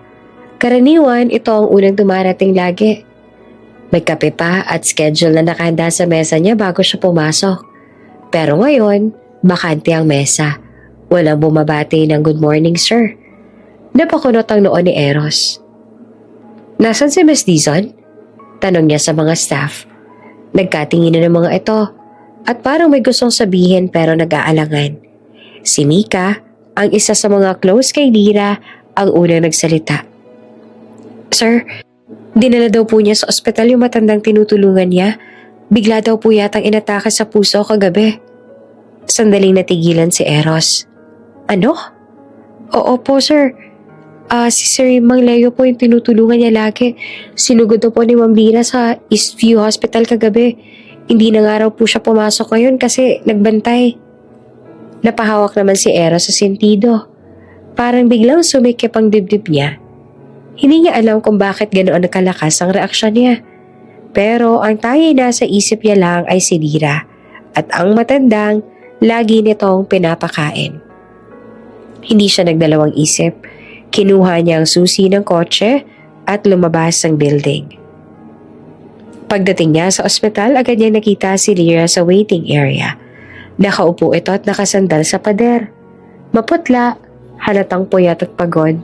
Sa kandungan niya ay hawak-hawak naman ang supot ng gamot at resibo. Lira, tawag ni Eros habang lumapit. Nagulat naman si Lira. Agad na tumayo. Sir Eros, anong ginagawa niyo rito? Dapat ako magtanong yan. Bakit hindi ka malang tumawag sa akin? Pasensya na po, sir. Ayoko na pong abalahin kayo. Kaya ko naman na po. Mahina nitong sabi habang napayuko. Tumingin si Eros sa mga kamay nitong nanginginig. Kaya mo? Halos hindi ka na nga makatayo. Hindi sumagot si Lira at sa halip ay napatingin sa pintuan ng emergency room kung saan kasalukuyang ginagamot si Mang Leo. Inatake po siya kanina madaling araw. Nagulat ako, sir. Akala ko hindi na siya aabot. Pero buhay pa naman siya ngayon, di ba? Tanong ni Eros. Tumango si Lira. May luha sa gilid ng mata. Oo po. Pero sabi ng doktor, kailangan daw niya ng laboratory tests at gamot. Wala po kasi ako sapat na pera kaya naghintay lang po ako ng text kung may result na. Tahimik lamang si Eros. Pero ramdam ni Lira ang tingin nitong puno ng awa at pag-aalala. Ilang sandali pa, kinuha ni Eros ang wallet niya at naglabas ang debit card. I'll handle the bills. Nagulat naman si Lira. Sir, hindi na po kailangan. Kaya ko naman po kahit paunti-unti. Hindi ko po pwedeng tanggapin yan. Lira, putol ni Eros sa seryosong boses. Hindi ito utang. Hindi rin ito charity. Gusto ko lang makatulong. Pero sir, pera po yan ng kumpanya. Hindi. Galing sa personal account ko to. Huwag mo akong kontrahin. Napayuko na lamang si Lira. Sabay pumatak ang luha. Salamat po, sir. Hinawakan naman ni Eros ang balikat niya. Marahang tinapik. You don't have to thank me. Kung hindi mo siya tinulungan noon, baka wala na siya ngayon. Ngayon, hayaan mong ako naman ang tumulong. Makalipas ang ilang oras, nailipat na si Mang Leo sa private room. Nakahiga siya. May oxygen at mga nakakabit na tubo. Nakatingin lang si Lira sa kanya. Hawak ang kamay ng matanda. Tahimik lang si Eros sa gilid. Pinapanood silang dalawa. Sa mga sandaling iyon, parang may kung anong kirot sa puso niya. Hindi dahil sa awa lang, kundi dahil may kakaibang koneksyon siyang nararamdaman. Hindi niya kilala si Mang Leo, pero parang may kakaibang pamilyaridad sa mukha nito. Hindi ko akalain na ganito kabait ang sekretarya ko. Ngumiti naman si Lira. Mahina. Hindi ko naman po ginawa yun para mapansin, sir. Gusto ko lang po maramdaman ni Mang Leo may taong nagmamalasakit pa rin sa kanya. Napatingin si Eros sa mukha ni Lira. Maputla pero may ngiti pa rin. Sa gitna ng pagod at pag-aalala, ang kabaitan nito ay hindi nawawala. Alam mo, Lira, sabi ni Eros habang nakatingin sa bintana. Minsan iniisip ko, ang yaman-yaman ng mga tao sa paligid ko. Pero parang ikaw lang marunong magmahal ng totoo. Napangiti naman si Lira, napaiwas ang tingin. Baka po dahil hindi ako sanay sa yaman, sir. Pero sanay po akong tumulong kahit wala akong kapalit. Ilang sandali natigilan sila nang biglang gumalaw si Mang Leo. Dumilat ang mga mata nito at mahina niyang tinawag. Lira. Mang Leo, gising na po kayo. Mabilis sasabi ni Lira. Halos maiyak sa tuwa. Ngumiti naman si Mang Leo. Pilit. Salamat, Lira. Lumingin na to kay Eros at bahagyang sumimangot. At ikaw? Parang nakita na kita dati. Nagulat naman si Eros. Ako po? Nagkita na po tayo dati sa labas ng parke, Mang Leo. Ngumiti naman ang matanda, pero halatang pagod. Siguro nga. Salamat sa pagdala mo rito, Iha. Salamat din sa kanya. Sabay turo kay Eros. Wala po yun. Sagot naman ni Lira. Nangingilid ang luha. Nagtataka man pero bakit parang hindi na siya kilala ni Mang Leo? Lumapit si Eros at inayos ang kumot ni Mang Leo. Magpahinga na po muna kayo, kami nang bahala ni Lira dito. Habang pinapanood niyang muling pumikit ang matanda, may kakaibang damdamin na gumapang sa puso ni Eros. Isang halong pag-aalala, paggalang at hindi maipaliwanag na koneksyon. At sa loob ng tahimik na silid ng ospital, habang nakaupo silang dalawa ni Lyra sa tabi ng kama ni Mang Leo, alam ni Eros na hindi lang siya basta tumutulong sa isang empleyado. May mas malalim na dahilan kung bakit hindi niya kayang iwan si Lyra Dizon. At marahil, magsisimula na siyang maintindihan kung ano iyon. Tahimik ang loob ng ospital, tanging tunog ng monitor at mahinang ugong ng aircon ang maririnig. Magdamag na hindi umalis si Lyra sa tabi ng kama ni Mang Leo. Maputla ito, mahina, ngunit pilit pa rin humihinga ng maayos. Sa gilid ng kama, nakaupo si Lyra. Nakahawak sa kamay ng matanda habang pinupunasan ng pawis sa noo nito gamit ang maliit na bimpo. Lyra, mahina ang boses si Mang Leo, halos pabulong. Agad naman siyang napatayo at lumapit. Opo, Mang Leo, gising na po kayo. Nangingiti niyang sabi, sabay pigil sa pag-iyak. Unti-unti namang iminulat ng matanda ang mga mata. Malabo pa pero nang marinig ang boses ni Lyra, ngumiti ito. Akala ko hindi na kita makikita. Mahinang wika niya. Huwag naman po kayo magsalita ng marami, magpahinga po muna kayo. Maayos po kayo, nasa ospital po tayo. Sagot ni Lyra, pilit na pinapakalma ang sarili. Tumulong luha ni Mang Leo. Hinawakan niya na mas mahigpit ang kamay ng dalaga. Alam mo anak, parang ikaw na ang tinuring kong pamilya. Matagal na akong walang kasama. Tapos ay dumating ka. Araw-araw mo akong pinapakain, kinakausap. Parang bumalik yung dati kong sigla. Hindi naman napigilan ni Lyra ang luha. Mang Leo naman, sobra naman kayo magpatawa. Dapat po ang iniisip ninyo ngayon kung paano kayo gagaling agad. Ngumiti naman ang matanda. Hindi ko alam kung bakit ganito kalakas ang loob ko kapag nandyan ka. Pakiramdam ko parang anak talaga kita. Humigpit ang yakap ni Lyra sa kamay ng matanda. Naku, salamat po Mang Leo. Pero po kayo magsalita ng ganyan. Hindi niyo po alam kung gaano niyo ako tinulungan dati. Sa tuwing pagod ako, pag nakikita ko kayo nakangiti kahit gutom, naiisip ko kung kaya ninyong lumaban, kaya ko rin. Tahimik lamang si Eros sa gilid ng pinto. Pinagmamasdan silang dalawa. Kanina pa siyang nandoon. Bitbit ang isang paper bag ng prutas at mainit na sopas. Hindi niya gustong gambalain ang eksena. Pero hindi rin niya maalis ang tingin sa kanila. Ibang klase si Lyra. Ang babaeng akala niya dati ay simpleng sekretarya lang, ngayon ay tila may mas malalim na mundo. Isang pusong marunong magmahal nang walang kapalit. Lumapit siya ng marahan. Inilapag ang dala sa maliit na mesa. Lyra, tawag niya na mahinahon. Napalingon ang dalaga at agad na tumayo. Sir Eros, pasensya na po. Hindi ko nasabing nandito na pa kayo. Umiling si Eros.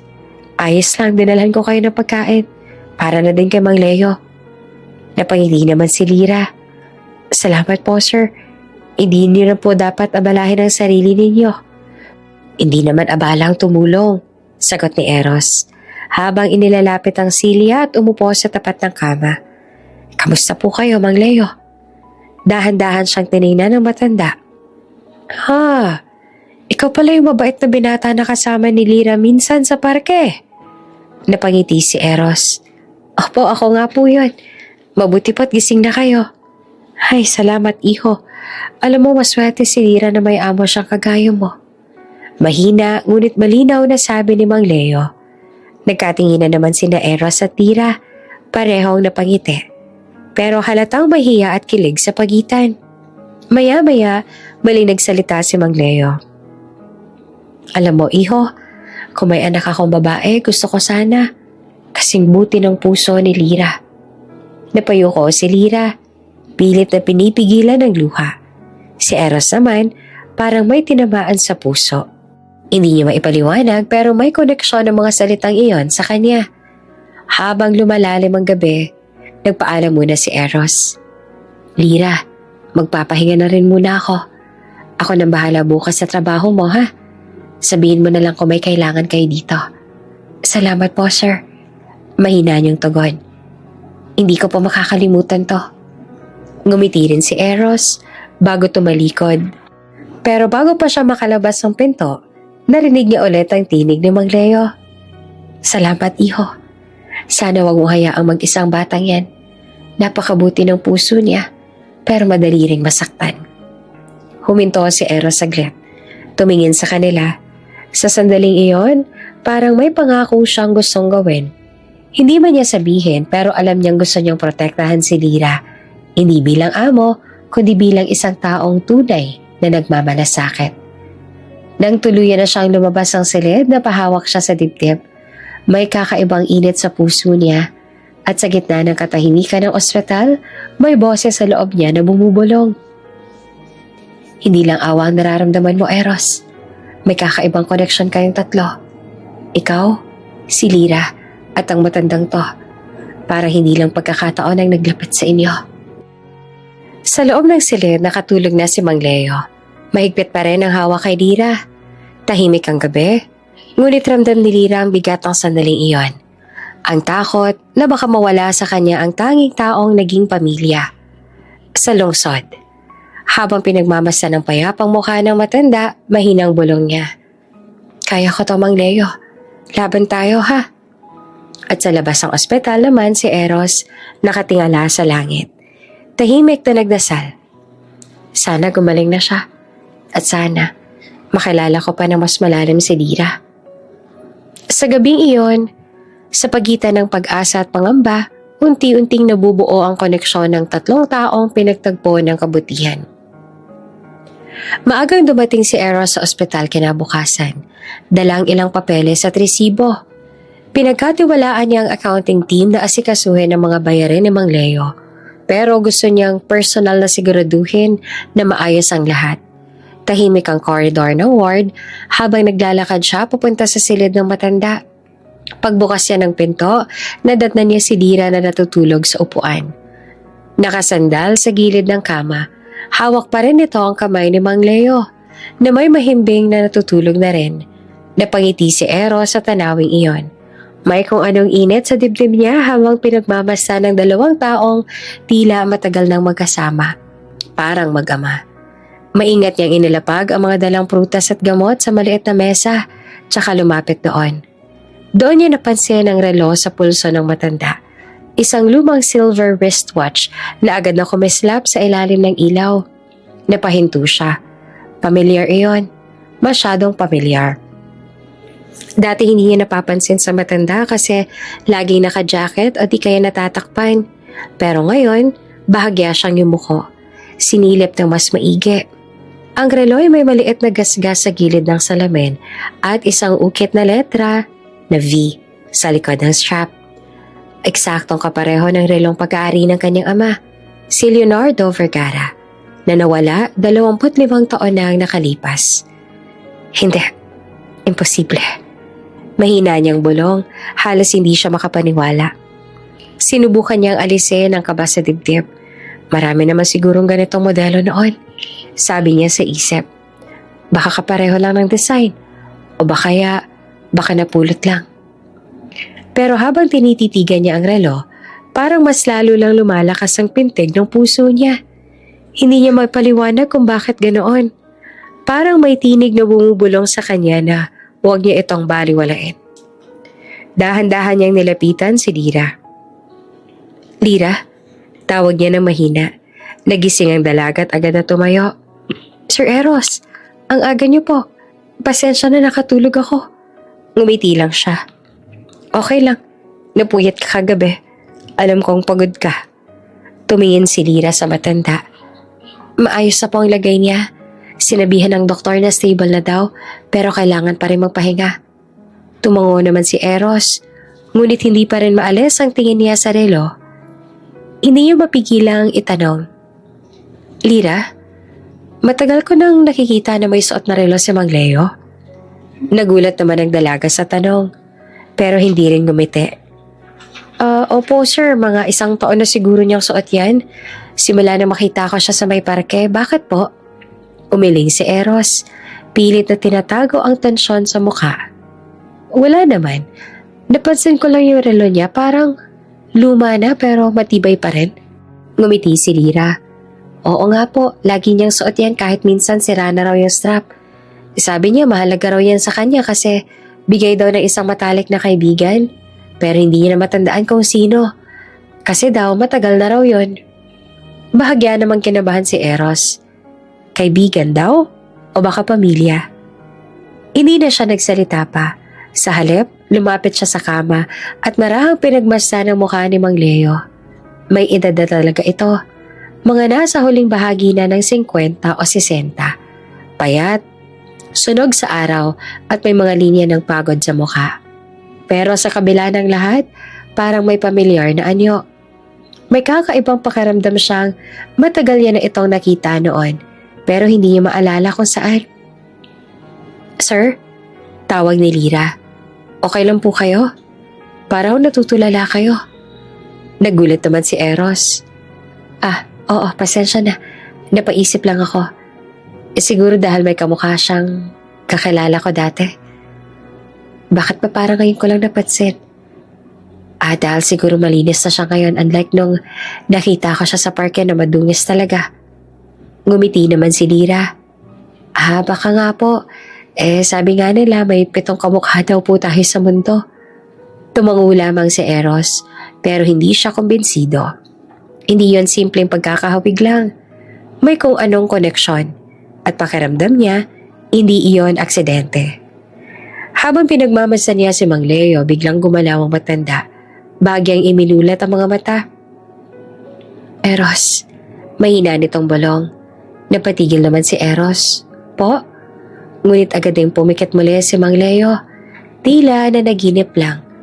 Napatingin si Lira sa kanya. Sir, narinig niyo yun? Parang binagit niya pong pangalan ninyo. Natigilan si Eros. Siguro naman nagkataon lang. Pero sa loob niya, hindi siya mapakali. Paano niya nalaman na nandito ako? Lumapit siya at marahang hinawakan ng relo. Pinisel ang lumang strap. Sa likod, naroon pa rin ang malabong ukit ng letrang V. Napakapit siya sa gilid ng kama. Pilit na pinapakalma ang sarili. Sir? Tanong ni Lira na nag-aalala. May problema po ba? Umiling si Eros kahit halatang kabado. Wala. Siguro pagod lang ako. Mauna na akong bumalik sa opisina ha. Tawagan mo lang ako kung may kailangan o kung may pagbabago sa kalagayan niya. Opo sir. Sagot naman ni Lira. Nakangiti pa rin pero nagtataka sa biglang pagkailang ng amo. Paglabas si Eros sa ospital, hindi niya napigilang lumingon muli sa silid. Sa salamin, tanaw niya si Mang Leo na payapang natutulog. Pero sa isip niya, paulit-ulit ang tanong. Bakit suot ng matandang yon ang relo ni Papa? Habang naglalakad siya papunta sa sasakyan, ramdam niya ang bigat ng dibdib. Hindi niya alam kung anong koneksyon meron si Mang Leo sa nakaraan ng pamilya niya. Pero sigurado siya sa isang bagay. Hindi iyon basta-bastang pagkakatulad lang. Tahimik ang ospital ng araw na yon. Maagang dumating si Lira, dala ang lugaw at ilang prutas para kay Mang Leo. Tulog pa ang matanda, kaya dahan-dahan niyang inayos ang kumot at pinunasan ng noon ito. Habang ginagawa niya iyon ay dumating si Eros. Bit-bit ang ilang dokumento mula sa accounting department. Lira, mahinahon niyang sabi. May naayos na akong tulong para sa hospital bills. Hindi mo na kailangang mag-alala sa gastos. Napangiti naman si Lira. May halong gulat at pasasalamat. Naku sir, sobra-sobra na po ito. Salamat ho talaga. Umiling si Eros. Huwag mo nang isipin yon. Kung tutuusin, ikaw na ang mas marami nagawa kaysa sa akin. Ngumiti si Lira at ibinalik ang tingin kay Mang Leo. Ang mahalaga ho'y makakabawi na siya. Sana lang magtuloy-tuloy ang paggaling niya. Lumabas saglit si Lira para may asikasuhin. Habang naiwan sa kwarto si Eros at Mang Leo, may pumasok na isang lalaki sa kwarto. Naka-volunteer uniform. May suot na ID na may logo ng Hope Medical Foundation. May bitbit itong mga folder ng mga pasyente. Good morning po. Bati ng lalaki. Mag-a-update lang po ako ng mga record ng Mang Leo Santos. Tumango si Eros. Ngumiti naman ang volunteer at tumingin sa kama. Pero nang makita niyang mukha ng matanda, bigla siya napatigil. Unti-unti niyang inilapit ang mukha niya para hindi siya makapaniwala. Sandali. Mahina niyang sabi na halos hindi makapaniwala. Siya ba si Mang Leo? Opo, sagot ni Mang Eros na nagtataka. Bakit po? Bigla namang nanlaki ang mga mata ng lalaki. Hindi naman to si Mang Leo eh. Si Sir Leonardo Vergara to. Biglang natigilan si Eros. Ano sabi mo? Tanong ni Eros. Halos mabasag ang boses. Lumapit ang lalaki. Nanginig ang kamay habang tinitingnan ng matanda. Sir Leonardo. Si Sir Leonardo to, yung dati kong boss sa Vergara Group. Ako nga pala si Brando. Utility staff ako nun sa main branch bago magsara yung kumpanya. Hindi ko makakalimutan ang mukha niya. Siya yung palaging bumabati kahit janitor lang ako noon. Tila binuhusan naman ng malamig na tubig si Eros. Lumingon siya sa matanda. Ay Mang Leo, na tahimik pa rin natutulog sa kama. Hindi pwede. Bulong niya. Si Papa matagal lang nawala. 25 taon na. Hindi na siya nahanap. Pero patuloy ang lalaki, puno ng emosyon. Sir, may lamat yan sa kanang kilay. Naalala ko kasi nadula siya sa construction site dati. Ako pa nga yung tumulong sa kanya. Hindi po ako pwedeng makalimutan yung taong yan. Siya talaga si Sir Leonardo. Napaatras si Eros. Halos manghina siya. Hindi, baka nagkakamali ka lang. Marami namang kamukha. Pero bago pa siya makapagsalita, biglang gumalaw ang matanda. Dahan-dahan itong minulat ang mata. Tila may narinig. Brando, mahina nitong sabi. Brando Solis. Napatakip ng bibig ang volunteer. Sir, kayo nga talaga yan. Diyos ko, buhay pa po pala kayo. Ngayon, halos papatid na ang hininga ni Eros. Lumapit siya, nanginginig, habang unti-unting tumulo ang luha sa kanyang mga mata. Papa, mahinang tawag niya. Papa, ako to. Si Eros. Maling iminulat ng matanda ang mga mata at tumingin sa kanya. Saglit siyang natigilan. Parang sinusuri ang mukha ni Eros. Maya-maya ngumiti ito. Mahina pero puno ng emosyon. Eros, anak ko. Parang tumigil ang oras. Napahawak si Eros sa gilid ng kama. Halos hindi siya makapagsalita. Si Brando naman nananatiling tahimik sa gilid. Nanonood sa eksena hindi niya akalaing mangyayari. Papa, buhay ka pa. Bulong ni Eros na nanginginig. Akala ka namin matagal ka nang wala. Hinanap ka namin pero nawala ka na lang. Mahina naman ang boses ni Leonardo pero malinaw. Pasensya na anak. Hindi ko na kinaya noon. Nung bumagsak ang kumpanya nawalan ako ng lakas ng loob. Kaya ayokong idamay ka sa kahihiyan ko. Lumuhod si Eros sa gilid ng kama. Hawak ang kamay ng ama. Pero bakit hindi ka bumalik? 25 taon kami naghintay. Napaluha si Leonardo. Sinubukan ko. Pero lumubog ako sa utang. Sa hiya. Hanggang sa nasanay na ako sa lansangan. Wala akong nagawa kundi mabuhay araw-araw. Tahimik ang silid. Tanging hikbi ni Eros ang maririnig. Habang si Lira naman sa labas walang kaalam-alam sa nangyayari sa loob. Sa isang iglap, ang lahat ng tanong at galit na inipon ni Eros sa loob ng maraming taon ay napalitan ng luha at yakap. Ang matandang tinulungan nila, ang tinawag nilang Mang Leo, ay siya palang Leonardo Vergara, ang nawawalang haligi ng kaniyang pamilya. At ang simpleng kabutihan ni Lira ang naging daan para muling mabuo ang isang matagal nang nabasag na pamilya. Hindi naman makapaniwala si Eros sa narinig. Parang umikot ang mundo niya sa isang iglap. Hindi. Imposible. Mahina niyang sambit habang nakatitig sa matandang nakahiga sa ospital. Ang payat, marungis at tila walang malay na si Mang Leo. Siya pala si Leonardo Vergara, ang ama niyang matagal niya nang pinaniwalaang patay na. Nanginginig ang mga kamay ni Eros habang dahan-dahang lumapit sa kama. Hindi niya na halos makilala ang mukha ng matanda. Wala nang dating tikas, ang otoridad, at ang ningning sa mga mata ng isang negosyanteng hinahangaan noon ng marami. Ang tanging naiwan na lamang ay isang lalaking napagod, naligaw at sinubukang mabuhay sa kabila ng sakit ng nakaraan. Naalala niya pa mga gabing umiiyak siya bilang bata habang hinahanap ang ama na hindi na bumalik. Sabi ng kanyang ina, "Patay na ang papa mo, anak." Kaya tumigil na siyang umasa. Tinago ng ina nito ang mga lumang larawan. Itinapon ang mga gamit ni Leonardo. Para raw tuluyang makamove on na sila. Pero ngayon, ang lalaking akala niyang bangkay sa alaala ay nakahiga sa harap niya. Buhay. Humihinga.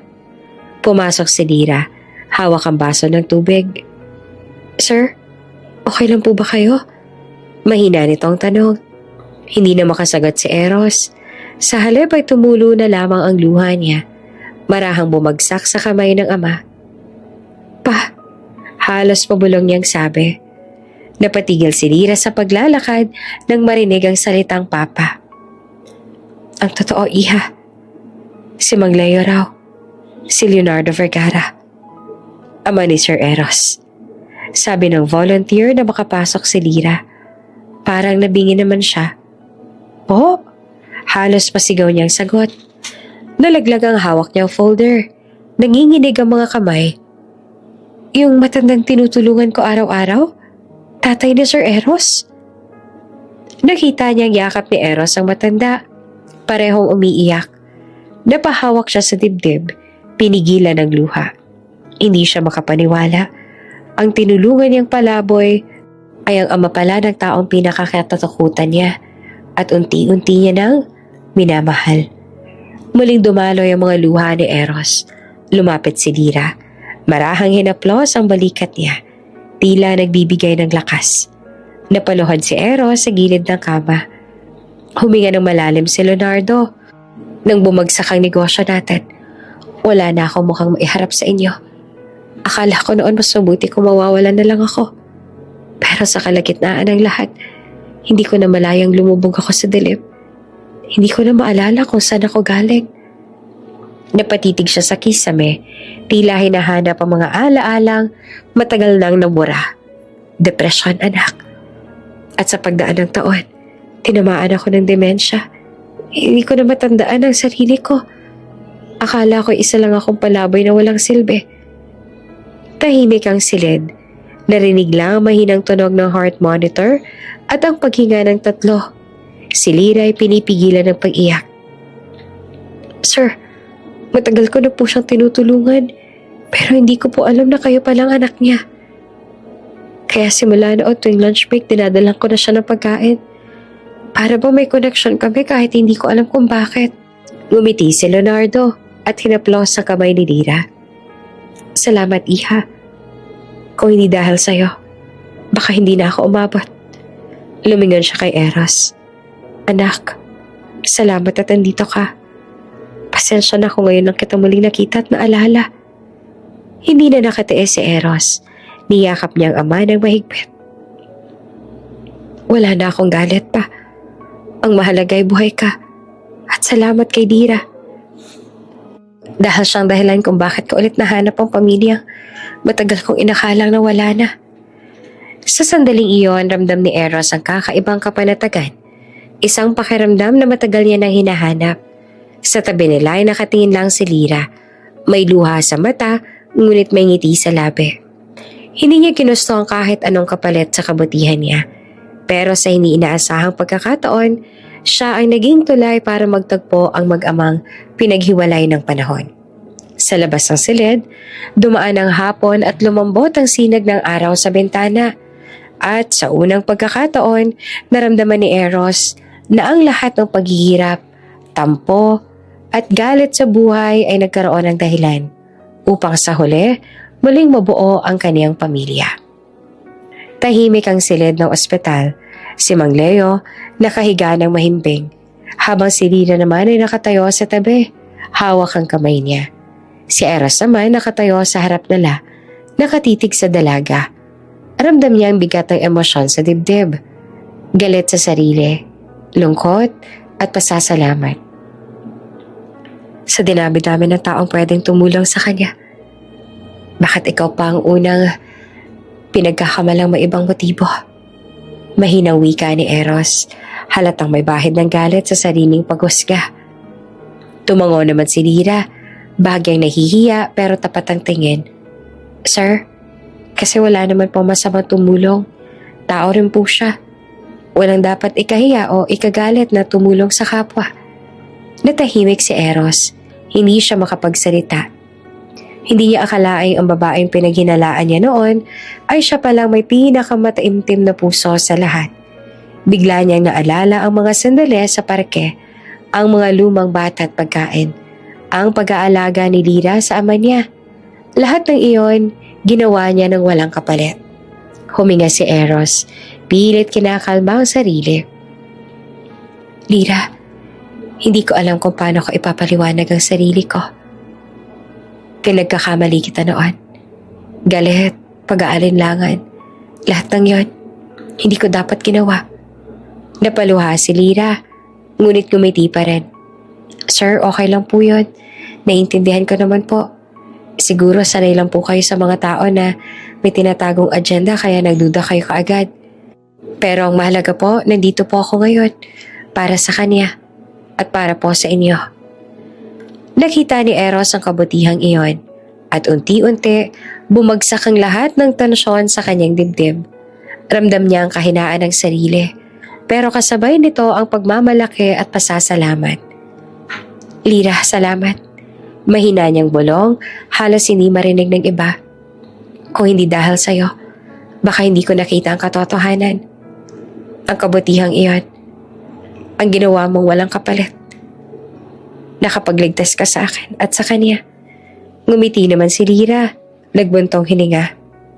Sir, hindi ko po ginawa para sa papuri. Ginawa ko lang po kung ano ang tama.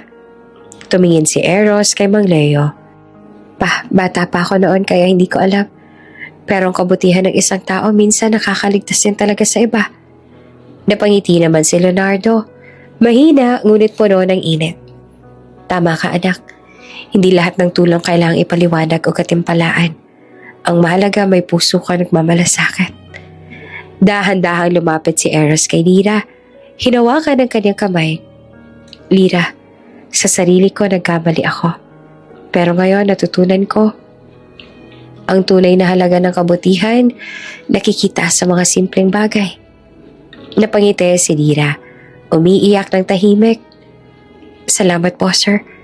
Natutuwa po ako at naiintindihan niyo po. Tahimik lang sila ilang sandali. Ramdam ni Eros ang hiya sa sarili. Ngunit kasabay nito, naramdaman niya ang init ng puso. Isang bagong simula ng tiwala at respeto sa babaeng dati niyang pinaghinalaan. Alam mo, Lyra, mahinang sabi ni Eros habang tinitigan ang mata ng dalaga. Hindi lang siya natulungan mo. Ako rin. At siguro sa simpleng kabutihan mo, natutunan kong bumaba sa sariling pride at humingi ng pasensya sa sarili at sa iba. Ngumiti naman si Lyra, bahagyang napapaluha. Sir, minsan po simple lang po ang kailangan. Maging mabuti lang kahit walang nakatingin, kahit walang kapalit. Tao rin po siya, kaya karapat-dapat din po siyang tulungan. Salamat Lyra. Bulong niya sabay haplos sa kamay ng dalaga. Kung hindi dahil sa'yo, hindi ko malalaman ang tunay na kahalagahan ng lahat. Makaraan ng ilang araw ng pagpapagaling, unti-unting bumalik ang lakas si Mang Leonardo. Ang kanyang balat na dating maputla at sunog sa araw ay unti-unti nagkaroon ng kulay. Ang malalim na linya sa mukha niya ay nagsimulang lumiwanag sa tuwing umingiti siya. Isang hapon habang tahimik ang silid ng ospital at ang araw ay nagmumula sa bintana, dahan-dahan niyang binuksan ang mga mata. Tiningnan niya ang paligid. Ang kanyang kamay na hawak ni Lyra at ang mukha ng anak na matagal niyang hinahanap. Eros. Mahina ngunit malinaw ang tinig ni Leonardo. Lumapit si Eros at nagulat sa bigat at lalim ng emosyon sa boses ng ama. Papa, narito lang po ako. Sagot niya, tinapik ang balikat ng matanda. Huminga si Leonardo ng malalim at tumingin kay Lyra.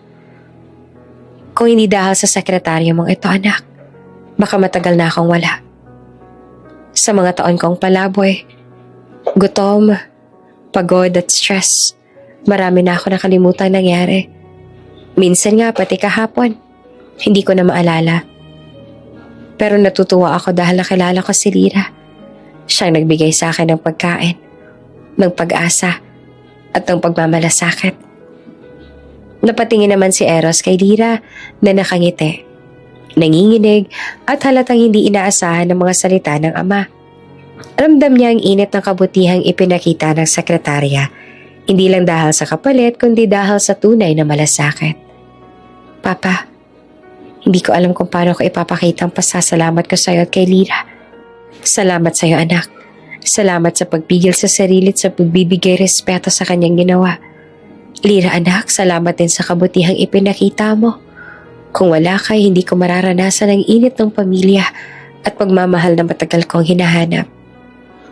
Wala po yan, Sir Leonardo. Ginawa ko lang po kung ano ang tama.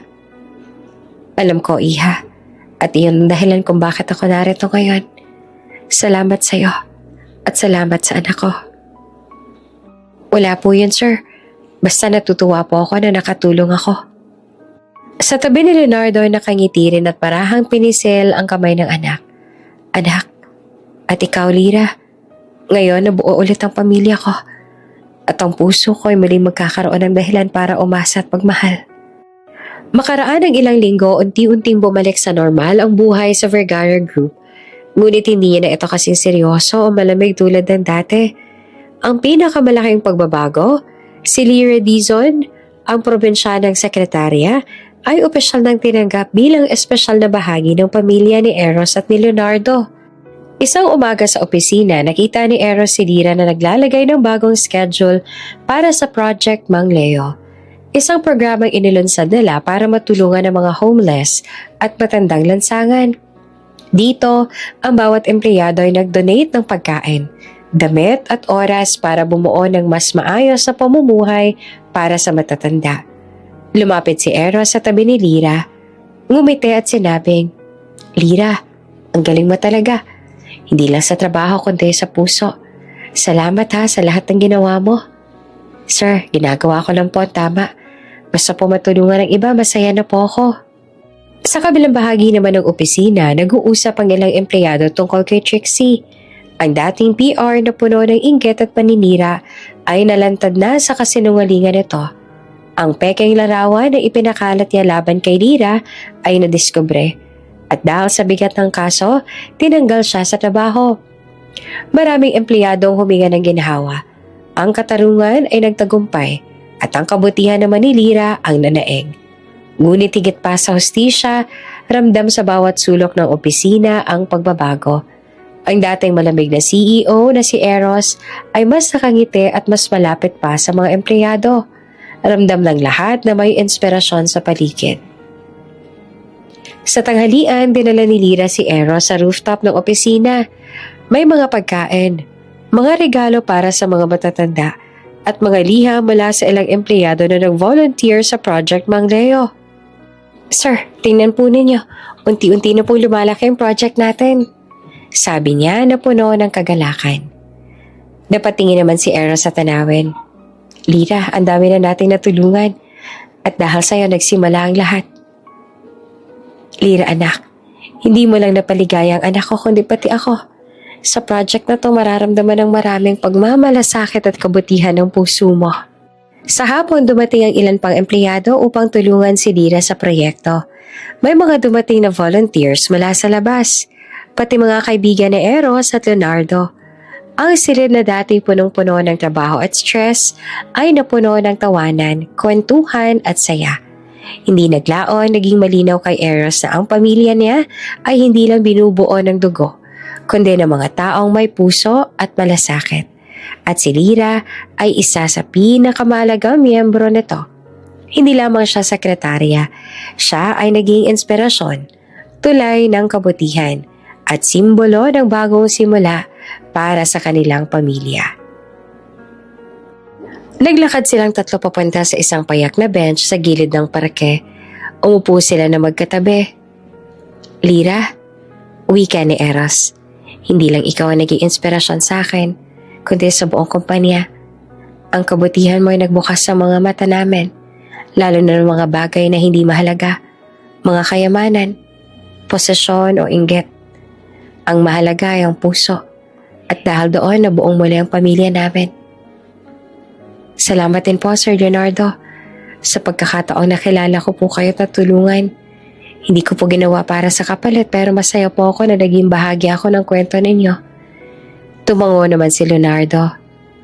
Anak, iha, ang tunay na kayamanan sa buhay hindi nasusukat sa pera o posesyon. Ang kayamanan ay nasa pagmamahal, malasakit at pagkalinga sa isa't isa. Huminga sila ng malalim sabay ngiti at yakap sa isa't isa. Ang dating parke na lugar ng pangungulila at simpleng kabutihan ay naging simbolo ng bagong pamilya, bagong pag-asa at bagong pag-ibig. Si Eros marahang hinawakan ng kamay ni Lyra. Mula ngayon, wala nang lihim o panghuhusga. Sa bawat hakbang natin sabay tayong lalakad. Ikaw, ako at ang papa ko, magkakasama. Oo po, Sir Eros. At Papa, sabay po tayong lalakad. Mula sa simula hanggang sa dulo, magkakasama po tayo.